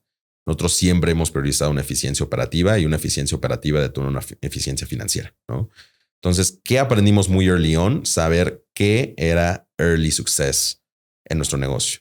Hay una frase muy cliché que dicen muchos inversionistas y founders non-fintech que dicen, pues las fintechs escalan rapidísimo porque prestar es fácil, ¿no? Tú prestas dinero todo el mundo lo quiere. Exacto. Recupéralo, manéjalo y administralo, ¿no? Esa es la parte compleja del mundo lending fintech, ¿no? Entonces, ¿qué no era early success para nosotros? Clientes. O sea, la realidad es que una vez que ya teníamos un poco de canales de adquisición de clientes, tener una lista de espera de clientes no era un early success metric, ¿no? ¿Por qué? Porque tenías miles de personas pidiéndote coches. Eso naturalmente va a ocurrir cuando tú les dices no tienes que pagar nada, no tienes que tener buro de crédito y no tienes que tener avales, ¿no? Todos querían ser nuestros clientes. Entonces, eso a la basura. ¿Qué sí es un early success metric? Eficiencia operativa, específicamente en temas de cuántas personas tenemos contratadas, qué herramientas tenemos, cuál es nuestro SG&A, ya incluyendo costos, por ejemplo, de administración del portafolio en cuanto a tecnología, CRM, etcétera, etcétera. Costos directos. ¿Qué tenemos como costo directo? Podemos construir economías de escala aquí Y el conjunto de estas dos cosas era un Early Success Metric y todo eso nos daba eficiencia financiera. Entonces, el Early Success Metric que nosotros teníamos es qué necesita ocurrir para nosotros ser rentables. ¿Quién te enseñó esto? A ver, un poco lo vas aprendiendo, ¿no? Algo que no Yo tienes. conozco a muchos empresarios de mi edad que todavía no lo saben. Yo siempre me considero mucho un founder muy coachable. Entonces, muy coachable no significa estar pidiendo advice de acá a acá, pero sí significa escuchar a personas y escuchar cuál es su early struggle, ¿no? Cuando todos iniciamos algo, no solamente en este aspecto, en esta industria, todos no sabemos 1,000,000 de cosas. Y ese realization y esa específica etapa de tener que aprender conforme vas avanzando, aprender eso de muchas personas, sin duda nos volvió o nos permitió aprender, como dicen, en cabeza ajena. Además de todos estos inversionistas que ya me mencionaste, ¿recuerdas haber tenido mentores muy puntuales más allá de Hans? No, sin duda. O sea, nosotros nos acercamos bastante a ejecutivos de empresas y de repente teníamos al CEO de Vitromex, que hoy en día es nuestro inversionista y amigo nuestro, coacheándonos sobre cómo hacer el modelaje financiero, ¿no? O al CEO de otra empresa transnacional, también coacheándonos en cómo armar específicamente una empresa de financiamiento transnacional, el modelo específicamente de Unit Economics, ¿no? Y cómo eso hacía repercusión en el tema per se de costos operativos. Entonces, ¿qué te diría? Más allá de ser coachables, se trata de verdaderamente ser, te diría, muy abiertos a oportunidad de mejora. Entonces, no es solamente estar pidiendo advice y estar como en foros y tratando de hacer networking y tratar de aprender, sino verdaderamente aprender de las cosas que te pueden agregar valor y focalizarlo bastante, ¿no? Que más me encantaría poderme reunir todo el tiempo con empresarios, escucharlos y aprenderles. Sin embargo, hay empresarios que naturalmente por perfil, por historia, por expertise, nos pueden agregar más valor que a otros, ¿no? Entonces, así lo aprendimos. O sea, la realidad es que también es mucho de ser autodidacta, proactivo en tema de conocimiento, pero algo que siempre nos fijamos desde nuestro primer proyecto es cómo vamos a hacer un modelo intensivo en activos, intensivo en R&D en este momento intensivo en capital, rentable, ¿no? Hoy en día hay empresas que compiten contra nosotros en México, en Medio Oriente, en Sudamérica, que tienen un negocio asset heavy, capital intensive y no son rentables. Es una bomba de tiempo, literalmente, antes de que truene y pierdan el dinero de los inversionistas. Entonces, ¿qué hicimos nosotros? Identificar que era Early Success Metric, y ese Early Success Metric, esa métrica temprana de éxito, era ser rentables.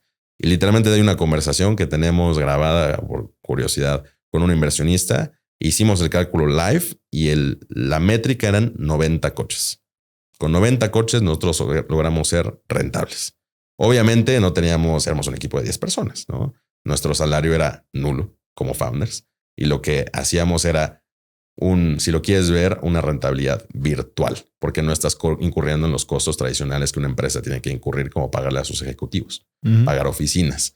Entonces, virtual, pero real al final del día, ¿no? En el sentido de que al final... Sí, real en ese punto, quién sabe qué tan sostenible. Exacto. Entonces, empezamos con estos 50 coches, o empezamos con estos 17 coches, logramos levantar $1 millón en equity, logramos levantar $1 millón en VC, en deuda, y llegamos a 150 unidades. 150 unidades, nosotros nos sentíamos los reyes del mundo. Ya te lo decía que no era un early success metric, pero llegar de 0 a $1.5 millones en revenue en 6 meses, para nosotros era como mind blowing. O sea, estábamos en top of the world, literalmente, ¿no? ¿Qué hizo eso en tu mente de alguien de 20, 21 años? ¿Cómo manejabas? Dices, me sentía el rey del mundo. Para mucha gente de esa edad y de mi edad también, sentirte el rey del mundo puede ser muy peligroso. Ser muy pragmáticos. Al final del día, los principios que establecimos día 0 de OCN han ido evolucionando y adaptándose, pero siempre han sido los mismos en misma línea, vamos a decirlo. Entonces, por ejemplo, ¿qué no es éxito para nosotros? Hoy en día somos una empresa que a ese punto somos 50 veces más grande y seguimos teniendo esta mentalidad día 0 con todos los ejecutivos de no puedes invertir en infraestructura que no es necesaria, no puedes contratar cuando tu capacidad operativa no está limitada, no puedes contratar tecnología cuando la tecnología se puede construir internamente. Entonces, ¿qué te digo? Sí, top of the world, sobre todo cuando te comparas en un mercado seco en cuanto a acceso a capital. cuando te comparas con empresas que llevan desde el 2020, ya es 2022, finales, inicios de 23 y están al mismo vuelo que tú. Pero yo creo que en startups tiene que haber una parte real de análisis sobre tu industria, en saber que un SaaS, software business, no va a tener el mismo nivel de escalabilidad que tú y por ende no te deberías comparar. Y que un lending business que ofrece micro consumer credit tampoco se va a comparar contigo, que tienes que hacer infraestructura y asset backed lending, ¿no? Entonces, de repente, si nos veíamos contra la software, estamos on top of the world. Si nos veíamos con un unsecured consumer credit, estábamos 10 veces abajo mismo periodo de tiempo, ¿no? Porque ahí sí, tarjeta de crédito expides y presta, ¿no? Nosotros teníamos que hacer el procurement del auto, el setup del activo, la entrega. Entonces había un proceso un poco más físico, si lo queremos ver, ¿no? Entonces, llegamos a 250 coches y decimos, pues, what's next, ¿no? O sea, ya estamos aquí, vamos a el mercado, tenemos miles de personas en lista de espera. ¿Qué sigue? Dices que el mercado construyó tu producto. 100%. ¿Qué significa eso? Creo que muchas lending business, específicamente en Latinoamérica, donde no hay suficiente oferta, tienden a sobreestimar qué tanto le pueden sacar al cliente y subestimar una relación a largo plazo y el poder de una relación a largo plazo. Nosotros lo que hicimos muy bien fue enfocarnos en darle éxito al cliente. ¿Por qué? Porque si el cliente defaultea, quien está on the edge por un activo de 15,000 y 20,000 dólares somos nosotros, no el cliente. Algo que dice mucho la frase esta, ¿no? Tú le debes 1 millón de pesos al banco y tú no puedes dormir. Débele 1,000 millones de pesos al banco y el banco no puede dormir, ¿no? Entonces nos pasaba un poco esa dinámica. ¿Qué hacíamos nosotros? De repente nos dábamos cuenta que el coche que recuperábamos nos tardaba 1 mes en recolocarse. Eran early days, todo era muy manual, no teníamos equipo para eso. La infraestructura operativa, no teníamos tantos proveedores tampoco. El network, ya lo decías, éramos nuevos en esa industria. Entonces no sabíamos a quién tocar la puerta para reparar esto. Proveedor de llantas no era tan sencillo conseguir un buen precio. Entonces la dinámica fue muy empírica y esa parte empírica nos hizo darnos cuenta que tiene la relación a largo plazo con el cliente, ¿no? Entonces, ¿por qué el producto se hace forma con el mercado? En saber que hacía exitoso a nuestro cliente.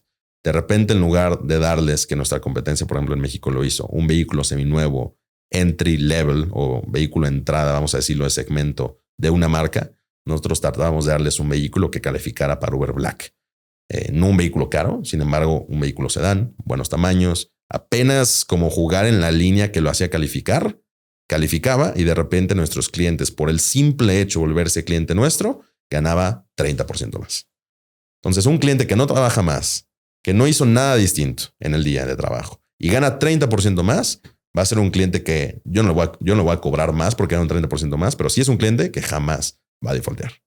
Entonces, el producto lo empezamos a diseñar alrededor del cliente, pensando en su éxito y pensando que ese éxito no solamente nos permitía tener una relación a largo plazo sobre un mismo producto, sino que el día de mañana nos permitía construir ramas básicamente de otros productos financieros. Ahora, tú le cobras al cliente de sus ingresos, ¿no? Directamente, no sé si directamente desde la plataforma o cómo se hace el débito de la mensualidad, pero algo que sucedió en el pasado es que todas estas plataformas de la noche a la mañana cambiaban algoritmos de compensación y te bajaban las comisiones.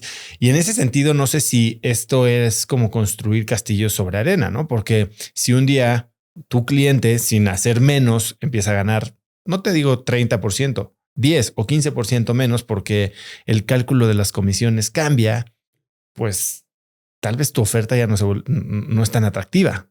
Y tenemos una dinámica de mercado extremadamente volátil en muchísimas cosas, ¿no? De repente el precio de los coches sube cada año. El precio de la gasolina sube cada año. El precio de los neumáticos sube cada año. Entonces es una industria que sube. Y hoy en día las plataformas sí están reguladas en qué tanto pueden subir el fare, básicamente el costo del servicio, ¿no? Entonces de repente sucede algo que pasó en los 2000 con el taxi. El vehículo, no sé si recuerdan, pero en los 2000 todo el país se hizo de taxis viejos, porque teníamos taxis de los 90s sin acceso a crédito del taxista y vehículos más caros. Y de repente lo que sucedió es que el taxista tenía la capacidad de cobrar lo mismo en el taxímetro y era un flat fee desde 1990 y pico. Todo había subido y el taxista seguía ganando exactamente lo mismo. Y lo que pasaba es que el taxista decía, hombre, pues la concesión ya ni me hace sentido, ¿no? O sea, gano más consiguiéndome un empleo informal que tratando de mantener esto con gasolina, con servicios, con seguro, con la concesión, con el coche, etcétera, etcétera. Entonces, algo que es muy cierto es que es volátil, cambiante y en tema del earning que está generando el conductor, no necesariamente evolutivo en un aspecto de mejora de ingresos, ¿no? Entonces, es muy cierto, ¿no? Todo sube y el fare está regulado en no subir, ¿no? Hay una reforma, por ejemplo, laboral y de repente las plataformas ya tienen que comerse el costo de la carga social y el fare no puede subir, ¿no? Entonces, ¿quién se come esos costos? Es un reto, sin duda, muy activo, constante y ¿Cómo real. prevés, cómo provisionas para eso? A ver, lo que vemos 100% nosotros en nuestra selección de nuestros clientes es enfocarnos en el top performer, ¿no? Y el top performer significa no nada más el que genera más ingresos, sino el que la propia plataforma no puede hacer el lujo de perder. Entonces, lo que vemos es que de repente los top performers, hoy en día somos el top performers de las dos plataformas más grandes como Flotilla, de las dos plataformas más grandes de México, pues evidentemente no quieren perder el conjunto de 5,000, 6,000 conductores que más viajes hace dentro de su plataforma per cápita, vamos a decirlo, ¿no? ¿Y Entonces, les hacen concesiones a ellos en términos de rates? Lo que hacemos básicamente es... No ustedes, las plataformas. Sí, con un producto distintivo, con un producto de mejor calidad que aparte ayuda al brand experience, brand image de la propia plataforma y aparte un conductor que está fully committed a esta plataforma, sí se generan ciertos incentivos, ¿no? Entonces podemos generar incentivos de bono semanal sobre performance, podemos generar incentivos dinámicos sobre cuántos viajes hacen en ciertos días. Entonces lo que tratamos es evidentemente incentivarlos. Pero a tu pregunta, mira, la realidad es que sí es una industria volátil, que sin duda trae retos. Sin embargo, también es una industria contracíclica hasta cierto punto, ¿no? El empleo sube 0.2%, la gig economy literalmente crece 0.2%. Entonces, lo que sucede es que si la persona se queda sin empleo, de repente ya tienes más couriers, de repente ya tienes más Uber drivers, de repente ya hay personas entrando a la dinámica, ¿no? Que es hasta cierto punto, porque si el desempleo sube demasiado, ya no hay para pagar básicamente estos servicios. Están en la cima del mundo, 250 coches, 150 coches tenías. ¿Qué sigue? Seed round. Entonces, muy interesante. Todo este scouting del 2022, todo este research y contacto que yo hice del 2022 con fondos de inversión que todos hicieron paz, ahora con 150 coches y un poco de más momentum, estaba empezando a rendir frutos. Entonces ya podíamos tomar una reunión y el fondo ya decía, ¿sabes qué? Ahora creo que sí hace sentido, sobre todo porque en 6 meses pasamos de 17 coches a 150, entonces fue un crecimiento de 10x en 6-8 meses. La capacidad de ejecución está ahí, el mercado está ahí, veamos qué tan eficiente puede ser, ¿no? Nosotros en ese momento, junto con otra empresa de India, éramos en esta industria específicamente de renta de autos para el gig economy worker, de los pocos, y es una comunidad muy pequeña, de los pocos que éramos rentables, en conjunto los dos. Entonces era un modelo donde tenías gigantes, por ejemplo, como la empresa brasileña que también te compite contra nosotros, que perdían dinero, pero habían levantado $100 millones. Entonces decían, hombre, early traction signal, rentable, ejecución, ya ahí, capacidad de lista de espera para poder entregar más coches y dar más crecimiento, vamos a invertir, ¿no? Entonces levantamos una primera ronda de capital. Y ahí ya la edad ya no era factor. Hay una historia muy interesante, un inversionista líder de la ronda seed, de la ronda semilla. Entonces llegamos a mayo del 2023, cerramos una ronda semilla liderada por Carabela Capital de Brasil. Y hay una historia que cuentan los partners que ellos se dan cuenta de mi edad, o sea, se dan cuenta que dice el año en el que nací, los documentos de inversión, cuando acababan de firmar los documentos de inversión. Entonces, ¿qué pasa? Comité es un fondo que tiene 3 managing partners, 2 tienen que aprobar, no regularmente uno es el que no aprueba. Muy chistoso, si los 3 aprueban no invierten. Entonces, más si los 3 aprueban no invierten. Exacto. Porque algo se les está pasando. Algo se les está pasando. Tiene que haber un abogado del diablo. Exacto. Entonces, llegan los documentos de inversión, firman, depositan mismo día y dicen que cuando estaban metiendo los documentos, básicamente, o sea, ya me habían hecho KYC, 21 años tenía esa época. Llegan los documentos de KYC, yo no estoy en blacklisted, yo no he hecho nada, evidentemente, como para estar en listas negras, etcétera, etcétera. Digo, tenía 21 años. Sucede todo bien en el tema del KYC. Llegan los documentos de inversión, firman, depositan, están fileando los documentos de inversión. No, pues este cuate es 2001. Entonces, es una historia muy chistosa porque se dan cuenta, yo lo cuento, o sea, hubiéramos invertido jamás si hubiéramos sabido que tenías 21 años al momento que hicimos la inversión, ¿no? Eso fue la ronda semilla. Un año después, y ahora con 1,000 coches. Entonces ha sido muy consistente, evidentemente, ¿no? Y los retos han cambiado y ahorita podemos tocar un poco de eso. Pero muy consistentes en crecimiento, muy consistentes en rentabilidad, muy consistentes en las prioridades como empresa. Llegamos mayo del 22 y levantamos esta ronda Serie A, ¿no? Nos dio acceso a un gran capital de deuda, nos dio acceso a un gran capital también de equity y empezamos ahora sí a ver los reflejos de la economía de escala. Hace un segundo te decía, los retos cambian. Algo que hicimos muy bien desde el inicio fue ver dónde teníamos que plantar las semillas para poder construir flywheels de crecimiento de un lado y economías de escala en el segundo.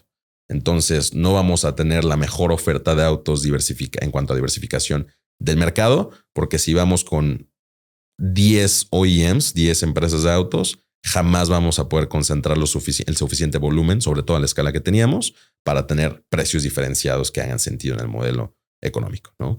Si tenemos 10 modelos distintos de coches, de repente negociar el mantenimiento con un proveedor de mantenimiento tiene que tener... Es lo mismo que las aerolíneas. Exactamente. De hecho, el estudio que hicimos fue el de Southwest Airlines. Southwest Airlines famosamente tiene el 737 como el único avión que tiene. Y ahorita Southwest Airlines tiene un tema controversial de que no está yendo tan bien hoy en día. Pero fue la única aerolínea que no quebró el siglo pasado. Que no quebró el siglo pasado, que tenía un solo modelo, que tenía que capacitar al staff para un solo modelo, que tenía que entrenar a su equipo de mantenimiento para un solo modelo, que en aeropuertos tenía que operar un solo modelo y que todo era literalmente mantenido por una sola, por el OEM del aircraft, ¿no? Del avión. Boeing. Exacto, que era Boeing. Entonces, o es Boeing.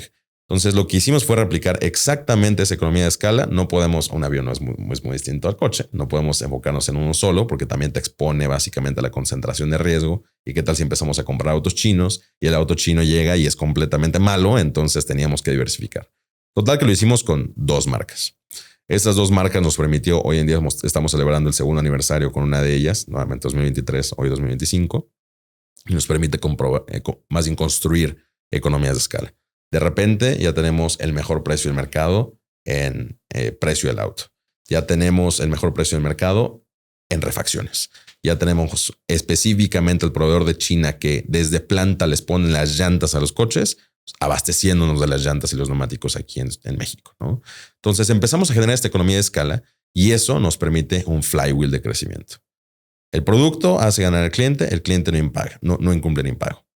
El cliente no incumple ni pago, nosotros podemos continuar creciendo porque la empresa es rentable, entonces la empresa puede seguir reinvirtiendo su propio flujo para poder apalancar básicamente el crecimiento y no ser necesariamente una empresa que constantemente se intensiva en capital, de nuevo inflow externo básicamente de la empresa, ¿no? Eso nos permite poder alcanzar más volumen nos permite negociar mejores precios en economías de escala, mejores precios en economías de escala nos permite ser más competitivos en el precio del mercado. Hoy en día tenemos por cualquiera de nuestros 3 productos, 3 modelos que tenemos, 2 OEMs, 3 modelos, el mejor precio a nivel nacional, hasta por $2,000 a la semana con nuestra competencia más cercana. $2,000 a la semana. Para una persona que está ganando lo de un gig economy worker, son $8,000 mensuales que hace la vida y más de diferencia, ¿no? Entonces, ¿qué significa eso? Que podemos tener mejor precio del mercado. Mejor precio del mercado hace que nuestro cliente gane más. Y eso se vuelve un ciclo virtuoso.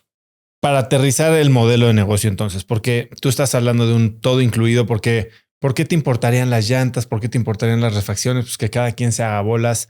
Porque a ti te pagan por un all you can eat, tú les entregas seguro, refacciones, ¿qué más? Lo que hacemos básicamente es aliarnos con ellos 36 meses y les incluimos mantenimiento, seguro, impuestos, refacciones, reparaciones. Tienen ellos un solo proveedor que es OCN. Exacto. A excepción de correctivos, que correctivos es cuando de repente se ponen a hacer mantenimientos, que se ponen a hacer drifts con el coche, pues no te puedo cambiar llantas, ¿no? O que te pones a frenar muy brusco. Nosotros tenemos dispositivos hoy en día de telemetría para frenar para checar cómo es el comportamiento de frenado. Pues todavía no te toca el tema de ciertos cambios de refacciones, ¿no? Entonces, ¿qué es lo que hacemos? Alimentarnos de información sobre el activo para poder determinar, predecir un mejor servicio al cliente, básicamente. Entonces, el servicio es todo incluido. Lo que genera vamos a decirlo, el cherry en el En el banana split, vamos a decirlo, la cereza del pastel, es la renta a compra. Entonces, la renta a compra significa es que en lugar de que sea un rent-a-car model y que lo estén rentando por 3 años y después me voy, al final del contrato ellos pueden adquirir la unidad. Y recordemos, el auto va a ser el activo de mayor valor o el segundo activo de mayor valor después de la casa que una persona en un mercado emergente va a tener en su vida.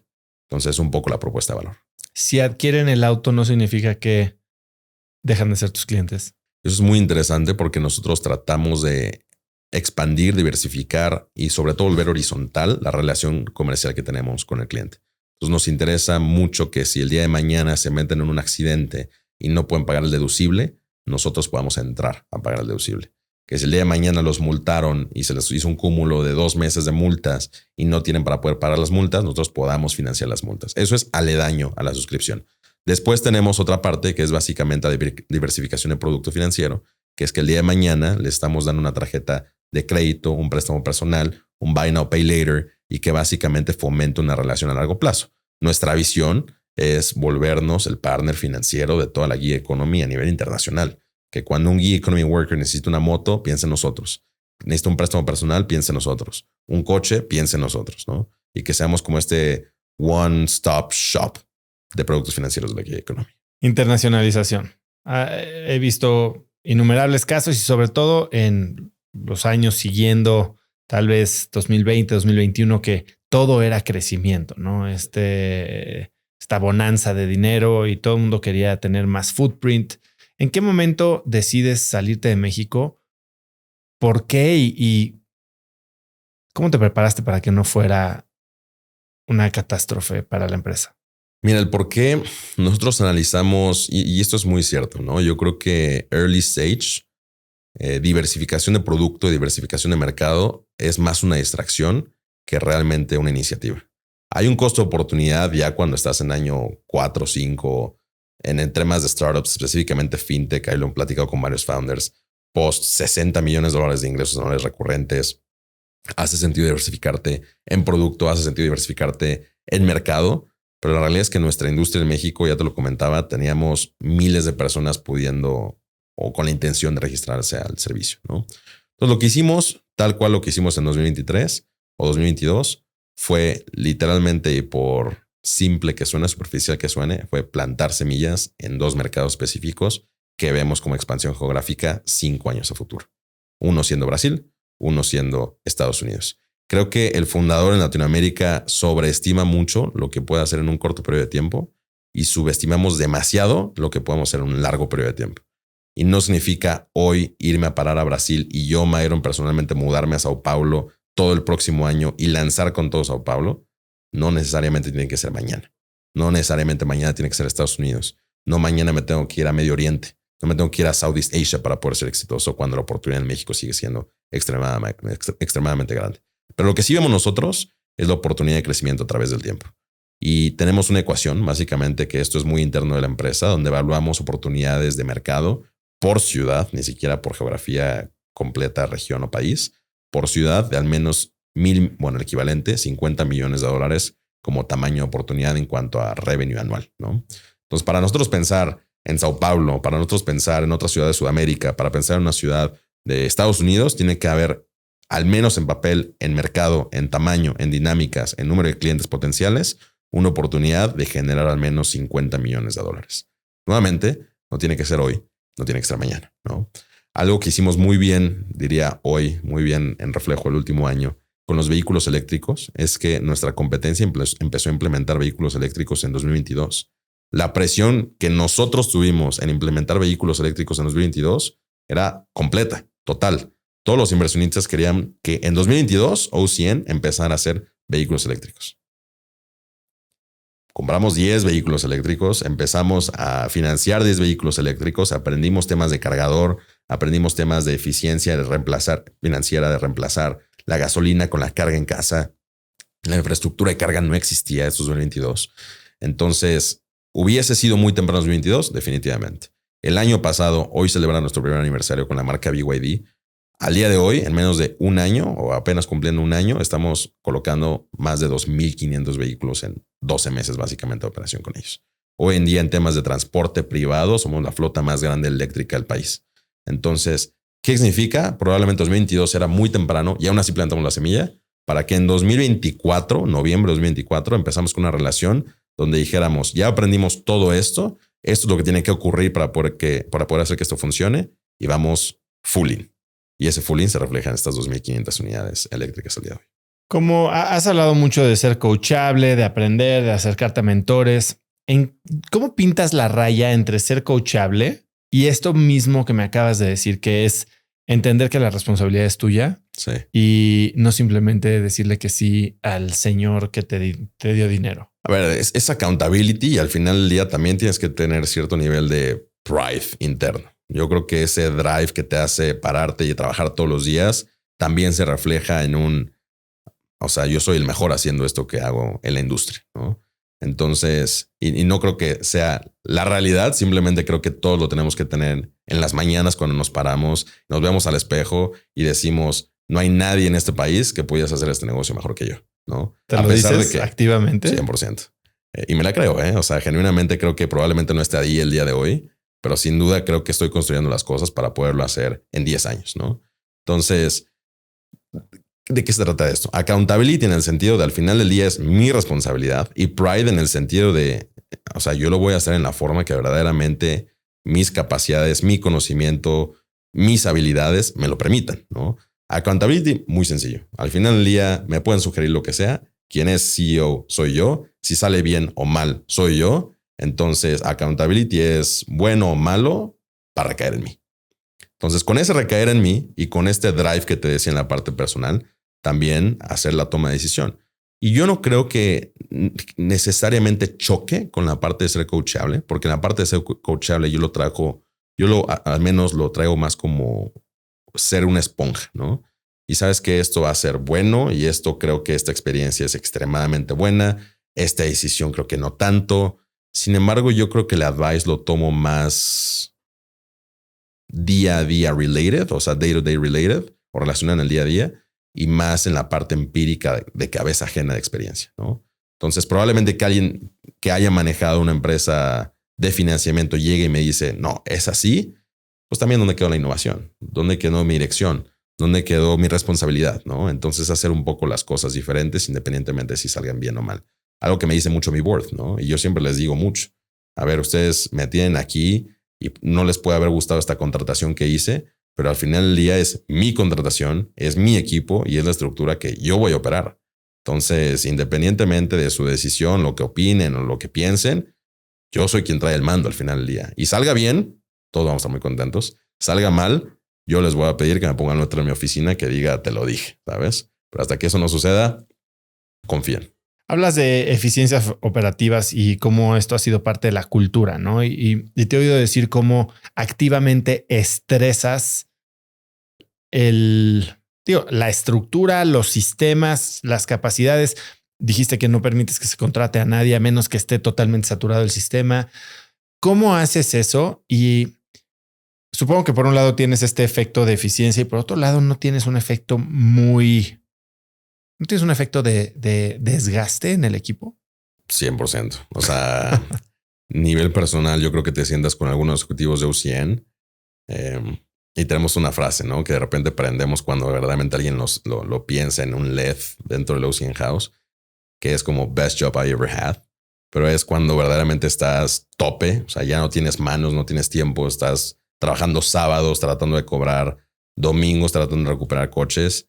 Y es como, güey, I cannot take it anymore. ¿No? O sea, no hay forma de que haga esto y esto. Y de repente Myron me trajo otra iniciativa de abrir Brasil, compadre. O sea, o de abrir una tarjeta de crédito, ¿no? Entonces, sí, too much, pero también yo lo que siempre les digo y los invito mucho a todos los ejecutivos es, ven, trae un coche. Cuando te sientas extremadamente sobrepasado, ven, trae un coche. O sea, ya hasta un día de entregas, literalmente. Ve con la familia, ve con la niña que se está subiendo al primer auto de su papá. Ve con la abuela que está llorando, que es la primera persona que tiene un coche en esa familia. O sea, cuando te sientas sobrepasado, regresa al cimiento de UCN. Y ese cimiento es la parte de impacto social que tenemos como empresa. Yo siempre lo he dicho, yo creo que yo sería un mal fundador de una empresa de seguros. Yo no creo que yo sería el mejor fundador de una empresa de software. pero con algo que verdaderamente te mueve en este drive personal de formar parte de algo más grande, de algo que trasciende, no necesariamente la historia, en la vida de las personas, genera un impacto muy dinámico en el equipo. Y yo creo que el equipo que no lo ve es el equipo que se va. Eso que mencionas es bien importante. Mucha gente me dice, oye, ¿cómo le hago para que mi equipo se meta en la historia de la compañía, en la cultura?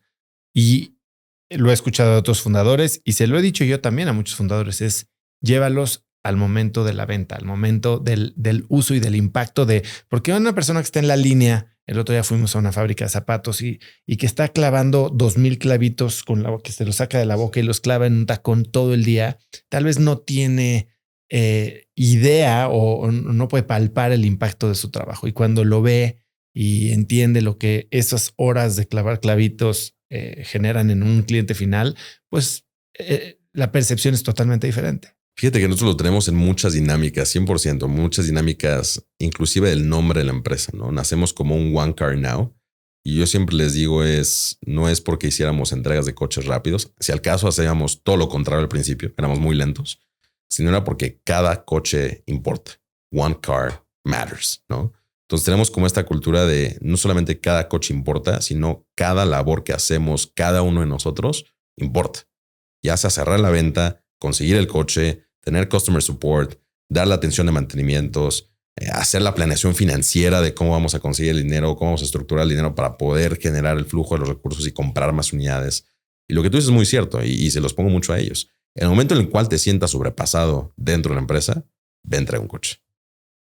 Llévate el día completo, no trabajes ese día, no hagas nada más que entregar coches, que aparte mano nos hacen falta para entregar coches, y entrégalo y vive esa experiencia.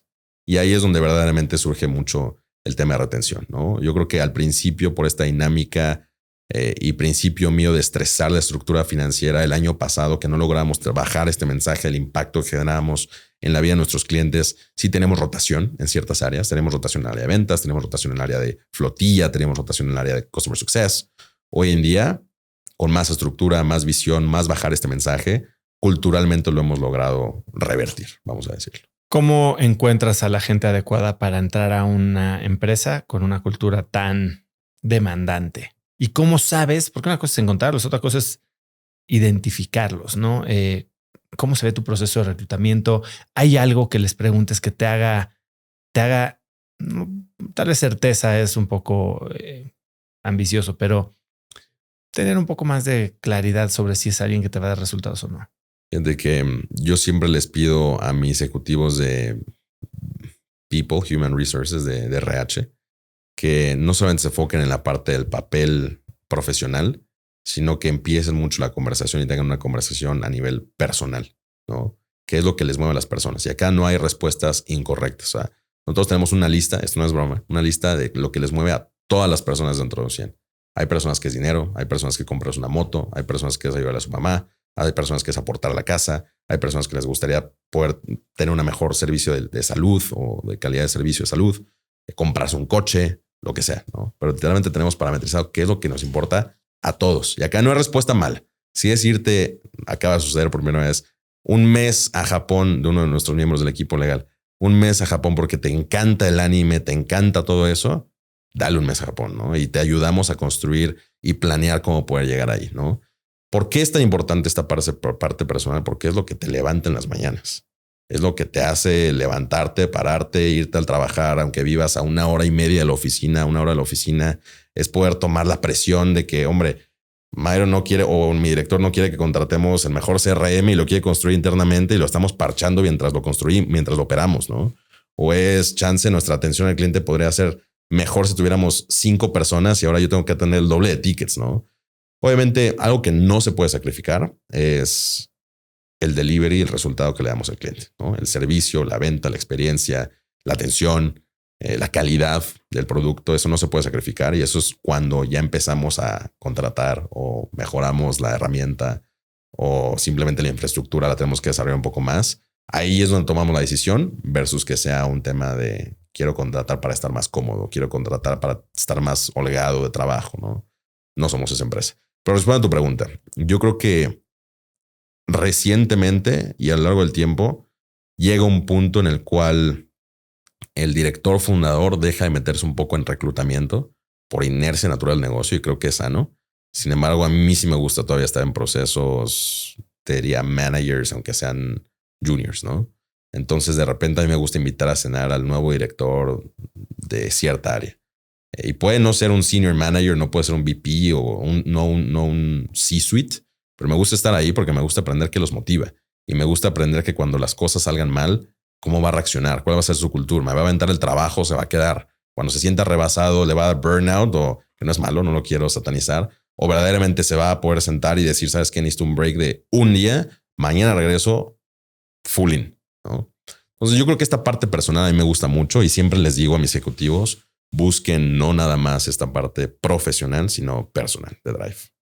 ¿Hay algo en el proceso de reclutamiento que te ayude a ver un tell de si este es alguien que lo trae o no?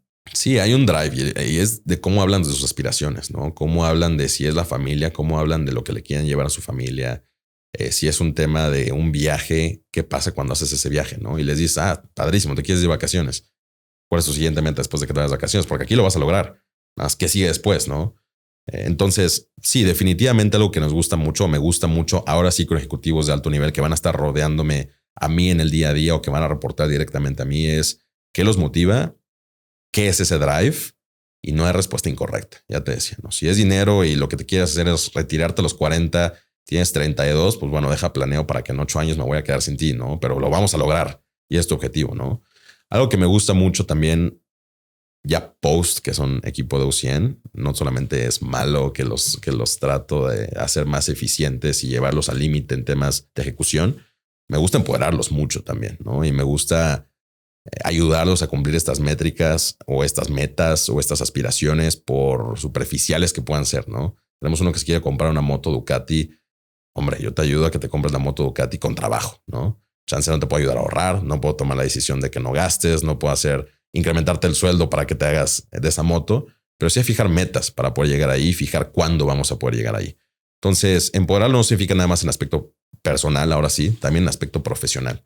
Nosotros somos una cultura también de mucho accountability. Y en el accountability lo que esto significa básicamente es que acordamos algo, fijamos una fecha que tú me dices, evidentemente no me puedes decir 3 meses de entregable, y se ejecuta en esa fecha, ¿no?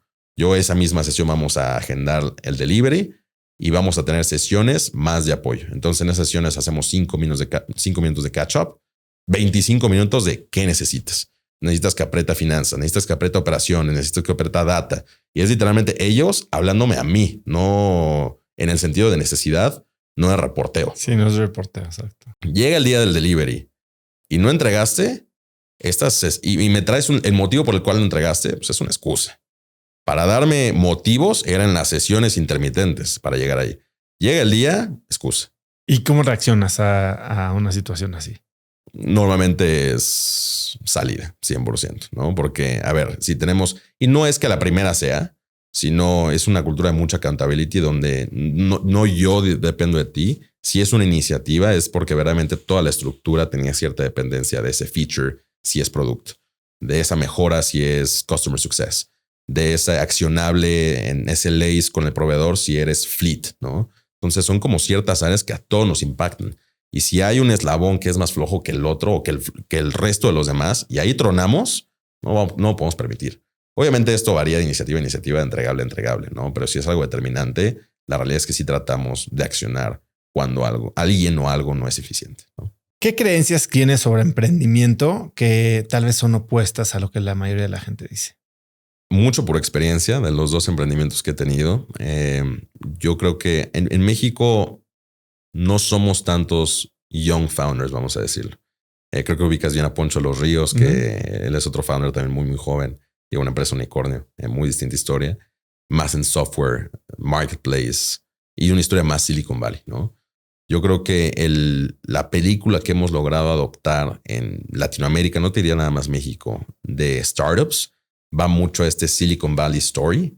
Y me encanta porque creo que verdaderamente es lo que hace el cimiento para poder aspirar a la segunda parte que voy a decir. Pero yo no soy un founder SaaS, ¿no? Yo no soy un founder marketplace. Yo no soy necesariamente un founder AI. Hoy en día en O100 la operatividad nos ha llevado a tener todo eso y ser como AI enabled, SaaS enabled, pero no es nuestro core. No somos un marketplace. Nosotros somos una empresa de cierta forma de infraestructura de producto financiero, que si bien no invertimos en infraestructura real de centros de mantenimiento, de nuestra aseguradora, de nuestra pasarela de pagos, sí hacemos nuevamente apalancamiento de toda esa infraestructura que ya existe, ¿no? ¿Y por qué no lo haces si estás construyendo tu CRM en vez de usar Salesforce, por ejemplo? Porque ahí sí involucra un tema de más financiero, estrategia más financiera de CapEx investment, ¿no? Y entonces ya no nada más te vuelves capital intensive y asset heavy en el core, sino ya en la infra, en el cimiento te vuelves asset heavy y capital intensive también, ¿no? So, la respuesta es todavía más simple que esa. La respuesta es cuando empezamos OCN, ya habían agencias de autos, entonces empezamos a entregar en agencias de autos los coches. Ya había aseguradoras, entonces empezamos a comprar el producto de la aseguradora. Ya había centros de mantenimiento, entonces algo que sí hizo toda nuestra competencia a nivel global fue invertir en centros de mantenimiento. Si yo no era experto en prestar dinero, mucho menos era experto en arreglar coches. Exacto. Y eso sí lo hicieron y en efecto sucedió una tendencia que no era la estrategia adecuada y hoy en día las dos empresas más grandes que hacían este negocio a nivel global lo dejaron hacer en tema de mantenimientos. Porque esa infraestructura ya existe. El centro de mantenimientos ya hay networks completos o inclusive softwares de estandarización de servicio que te permiten poder tener eso. Ahora, esto también significa sacrificar ciertos aspectos muy importantes y esa es, en ciertas ocasiones, calidad del servicio. Entonces, si de repente no eres dueño de todo, la calidad del servicio no puede ser la mejor, ¿no? Entonces, sí nos ha tocado meternos mucho al detalle y empoderar mucho a las áreas internas de OCN. Ahora ya con economías de escala es muy distinto poder negociar que somos una cuenta mucho más grande, estándares y calidades de servicio, atención al cliente por parte del proveedor para cuando reciben a uno de nuestros usuarios, ¿no? Pero sin duda ha sido un reto, ¿no? El por qué no lo hicimos fue porque la infraestructura ya existía. Quiero regresar un poquito al tema de tus papás porque me llama mucho la atención. Yo tengo 2 hijos, ciertamente quiero como que darles este apoyo y vena emprendedora. ¿Qué hicieron bien tus papás? ¿Qué hicieron mal tus papás para que desde tan joven empezaras a emprender con tanto enfoque, con tanto drive? ¿O es algo que traes tú? ¿Cómo podemos los que somos papás de niños que tienen 10 años y en los próximos tal vez 7 años van a construir su primera empresa, ayudarlos? Sí, la verdad es que yo todavía tengo que aprender mucho a mis papás. Definitivamente es algo que les admiro demasiado, sobre todo porque es muy frágil y muy delgada la línea en la cual tú empoderas a tu hijo y el hijo se siente rey del mundo y empieza a cometer muchos errores, ¿no? Algo que nosotros o a mí me pusieron mucho desde chico es, a ver, sí, la vida es un balance y sí tienes que tener tu parte social, sí tienes que tener tu parte de tus amigos, la familiar. Obviamente la salud tiene que ser columna vertebral en tu toma de decisiones, pero tienes que saber cuál es tu drive y lo que te mueve en el día a día, ¿no? Si es dinero, ponte a hacer negocios. Si es algo de poder, ponte a ser político, ¿no? Si es algo de querer hacer algo trascendente, genera proyectos de trascendencia, ¿no? Entonces, creo que eso me lo inculcaron bastante bien mis papás. Y ya te decía, el tema del empoderamiento, desde sencillo que parezca, ¿no? O sea, yo me acuerdo desde chico yo ser el que tomaba la decisión con mi familia completa de dónde vamos a ir a comer. Y puede ser sencillísimo, ¿no? Pero si tú le das ese empoderamiento al niño de 8 años, sabes que toda la familia, 10, vamos a ir a comer al lugar que tú quieras. Se genera este tema, no te diría accountability, pero sí de toma de decisión, ¿no? Y sabes que tú vas a recabar la orden de todos los aquí sentados y tú vas a pedirle al mesero, ¿no? Y de repente tú vas a abrirte tu cuenta de banco desde los 12 años y tú vas a generar el historial crediticio y tú tienes que ver un tema de inversiones que también me generaron un portafolio ahí desde chico, ¿no? Entonces este tema como empoderamiento, pero no te diría un empoderamiento de, tú eres el mejor y de jugar fútbol y ser el mejor en lo que haces. Porque luego eso también he visto, se transforma en un yo puedo con todo y te pones un tema ya está prepotente y de repente a esa edad puede ser muy fácil que se te vuele la cabeza en ciertas cosas. Entonces, ¿qué te diría? Un tema de empoderamiento, pero muy focalizado sobre todo con objetivos personales. Entonces yo creo que eso es algo que me ayudó bastante a mí. No sé si no creo que sea fórmula única. Definitivamente creo que hay muchos esfuerzos que se pueden hacer complementarios a ello, pero a mí lo veo hoy en reflejo y me ayudó bastante. ¿Hoy qué haces cuando las cosas no salen como esperabas? A ver, me gusta ser muy analítico. Ya te lo decía, ¿no? Mis 4 pasos para hacer todo esto es observar, analizar, planear, ejecutar. Entonces es como mi regla de vida, literalmente. Algo no sale bien, ¿por qué no salió bien? Planeo qué pude haber hecho mejor, ¿no? Analizo qué pude haber hecho mejor. Planeo si es momento para poderlo hacer mejor o si de plano ya se fue esa oportunidad, ¿no? Y ejecuto, ¿no? Entonces, ya te lo decía hace un segundo. Creo que como founder, específicamente los founders jóvenes que he visto, no solamente aquí en México, sino en Estados Unidos, de repente por naturaleza te quieres comer el mundo, ¿no? Y sí, estás compitiendo con personas que tienen el doble, tu triple edad, específicamente en mi industria. El promedio, el otro día lo estábamos sacando, de los concesionarios tienen 50 y pico años, básicamente, los dueños concesionarios, que hoy en día quieren sacar financiamientos, etcétera, etcétera. Los ejecutivos de empresas automotrices tienen 40 y pico años en promedio en México. Entonces, de repente, contra ellos no competimos, pero sí estamos trabajando y contra ellos sí podemos competir en ciertas formas, ¿no? Entonces, como que es muy fácil perderte, yo soy mejor que este cuate y ya vamos a hacer, y subestimar lo que se hace en el largo plazo, porque el tiempo y el esfuerzo compounds. O sea, los resultados pequeños, chicos, verdaderamente generan una bola de nieve en el largo plazo, ¿no? Y yo creo que es muy fácil, muy joven, pensar que los resultados tienen que ser hoy, cuando verdaderamente se pueden construir cosas a largo plazo y eso tiene un valor muy fuerte también. Hablábamos al inicio de la entrevista de este compromiso de inversión de $150 millones en México. ¿Qué viene para OCN en los próximos 12 meses? ¿Qué te emociona más a ti? Y después háblame de cómo te ves tú en los próximos, no sé si son 5 o 10, tal vez 10 son demasiados. Cuéntame un poco de OCN y de ti. A ver, $150 millones. Estamos extremadamente emocionados del reflejo de los últimos 12 meses. Ya te decía, ¿no? Fuimos de 17 a 150 coches, 150 a 1500, 1500 hoy a 6000 que tenemos. Entonces, autos siendo esto y clientes por ello. Entonces, de entrada, los retos del negocio y la oportunidad del negocio cambian drásticamente. El reto del negocio se vuelve más sencillo en economías de escala, se vuelve más intenso en la operación.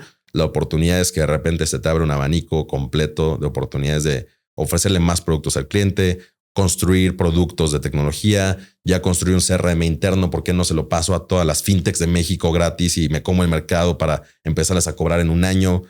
Y de repente las mejores oportunidades son las que no tomas, ¿no?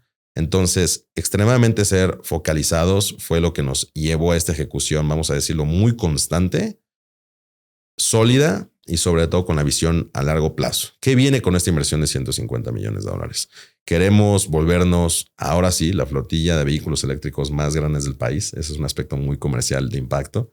Pero específicamente en el tema del negocio general, alcanzar más de 15,000 personas impactadas con nuestro producto. Queremos cerrar el 2026 con más de 15,000 unidades y que eso nos permita básicamente aliarnos con estas personas ofreciendo lo que es en realidad un capital de trabajo, que son los coches, ¿no?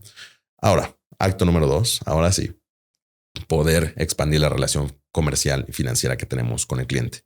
Ya te lo decía en un segundo, hoy en día ya financiamos el seguro, ya financiamos el deducible, ya financiamos la reparación que no cubrimos nosotros, ya financiamos las llantas, ya financiamos el sistema de audio padrísimo que le quieren poner las personas como si fuese Buy Now, Pay Later, ¿no? Entonces, el día de mañana, ¿qué queremos? Volvernos el partner financiero de todos los gig workers a nivel internacional, empezando en México. Que cuando alguien venga el 10 de mayo, el mes de mayo, y venga el Día de las Madres, el cumpleaños de mi hija y mi aniversario con mi esposa, caso hipotético, piensen en nosotros como el partner que les va a dar la autorización de $10,000 para poder cubrir esos gastos específicos, ¿no? Entonces, ya sigue una parte de diversificación de productos financieros que queremos tener con nuestro cliente, no solamente aledaño al producto principal, sino que podamos verdaderamente de forma horizontal servirle al consumidor. ¿Y para ti? 5, 10, 15 años es algo que me gusta planear. Yo siempre lo digo, más de 10 años es especulación, 100%. Sin embargo, si no lo hago, se vuelve muy fácil perderte en el early success y no medir el largo plazo o el objetivo a largo plazo y los pasos que tienen que seguir.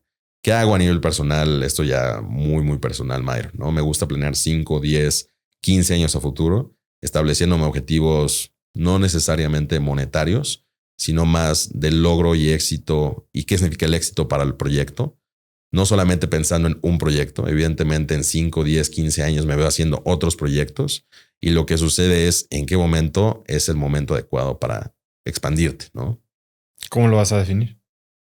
Etapa y signaling de éxito por etapa, mejor dicho. del core principal que es OCN que tengo hoy, ¿no? Entonces, en el futuro lo que pienso es para que yo pueda diversificarme fuera de OCN, esto tiene que ocurrir dentro de OCN, ¿no? Para yo poder hacer este proyecto, tengo que encontrar este socio que me complemente y los astros tienen que alinear para poder yo tomar esa decisión sin desembocarme de acá, ¿no? Entonces, ¿qué te diría? Sí me gusta mucho planear. Más de 10 años es especulación 100%. Te diría, más de 5 años ya es especulación al 100%. Pero si no se tienen los objetivos claros, no puedo dar los pasos atrás en fijar un camino para lograrlos. Además de OCN, o sea, ¿cuál es alguno de estos otros proyectos en los que te gustaría involucrarte? Mira, sin duda alguna me gustaría involucrarme en construcción. Es algo que ya he hecho en el pasado en nivel muy pequeño, apenas construyendo viviendas o desarrollos bien de muy pequeños. Entonces me gustaría meterme de lleno en esta industria definitivamente.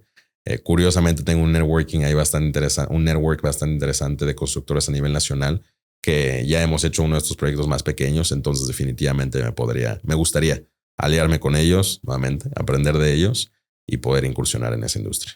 Oye, y hablando de la flotilla de autos eléctricos más grande de México, ¿tienes algo que ver con infraestructura de carga? Nosotros no oficialmente somos la infraestructura de carga eléctrica más grande del país porque cada uno de nuestros clientes, más de 2,500 ahora en el país, tiene un cargador en casa. Ahora, no es pública. Entonces, los cargadores son nuestros, toda la conexión es nuestra. Sin embargo, quien goza de esa conexión es nuestro cliente.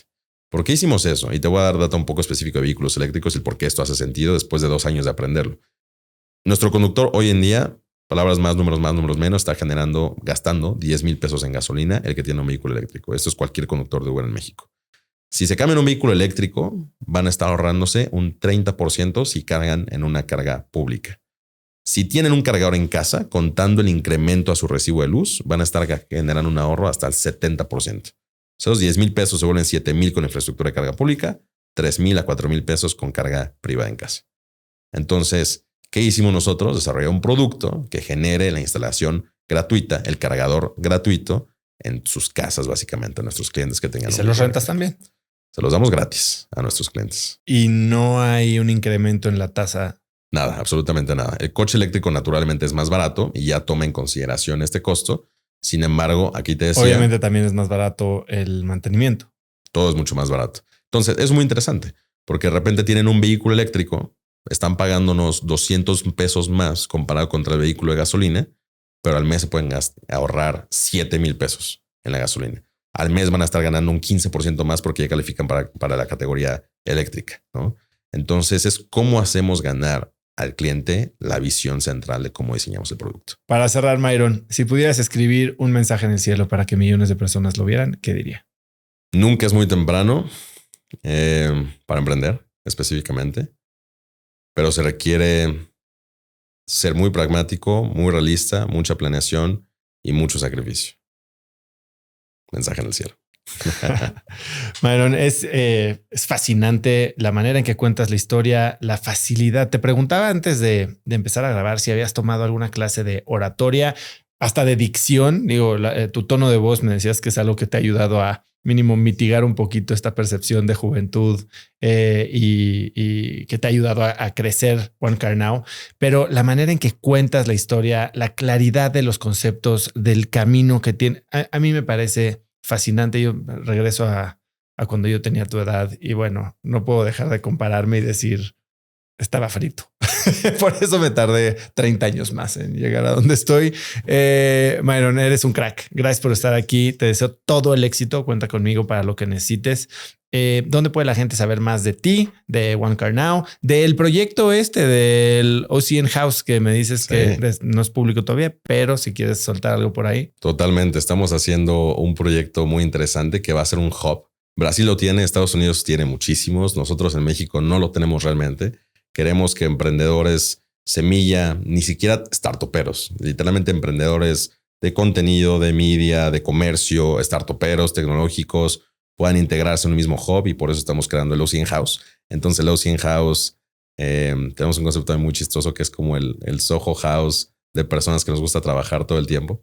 Entonces lo que hacemos básicamente es un espacio donde podemos hostear en todo momento hasta 120 personas. Va a haber salas de junta. Es mucho self-service en cuanto a bebidas, alimentos, todo esto. Pero lo que generamos sobre todo es un esquema de networking en un espacio libre específicamente de emprendedores, ¿no? No hay límite de edad, no hay límite de absolutamente nada. Entonces es un espacio completamente abierto a innovación. ¿Dónde se puede enterar la gente cuando lo lancen? Nos vamos a anunciar en diciembre de este año. Básicamente va a ser un lanzamiento público. La membresía va a ser para todos los que llamamos nosotros el OCN Friend.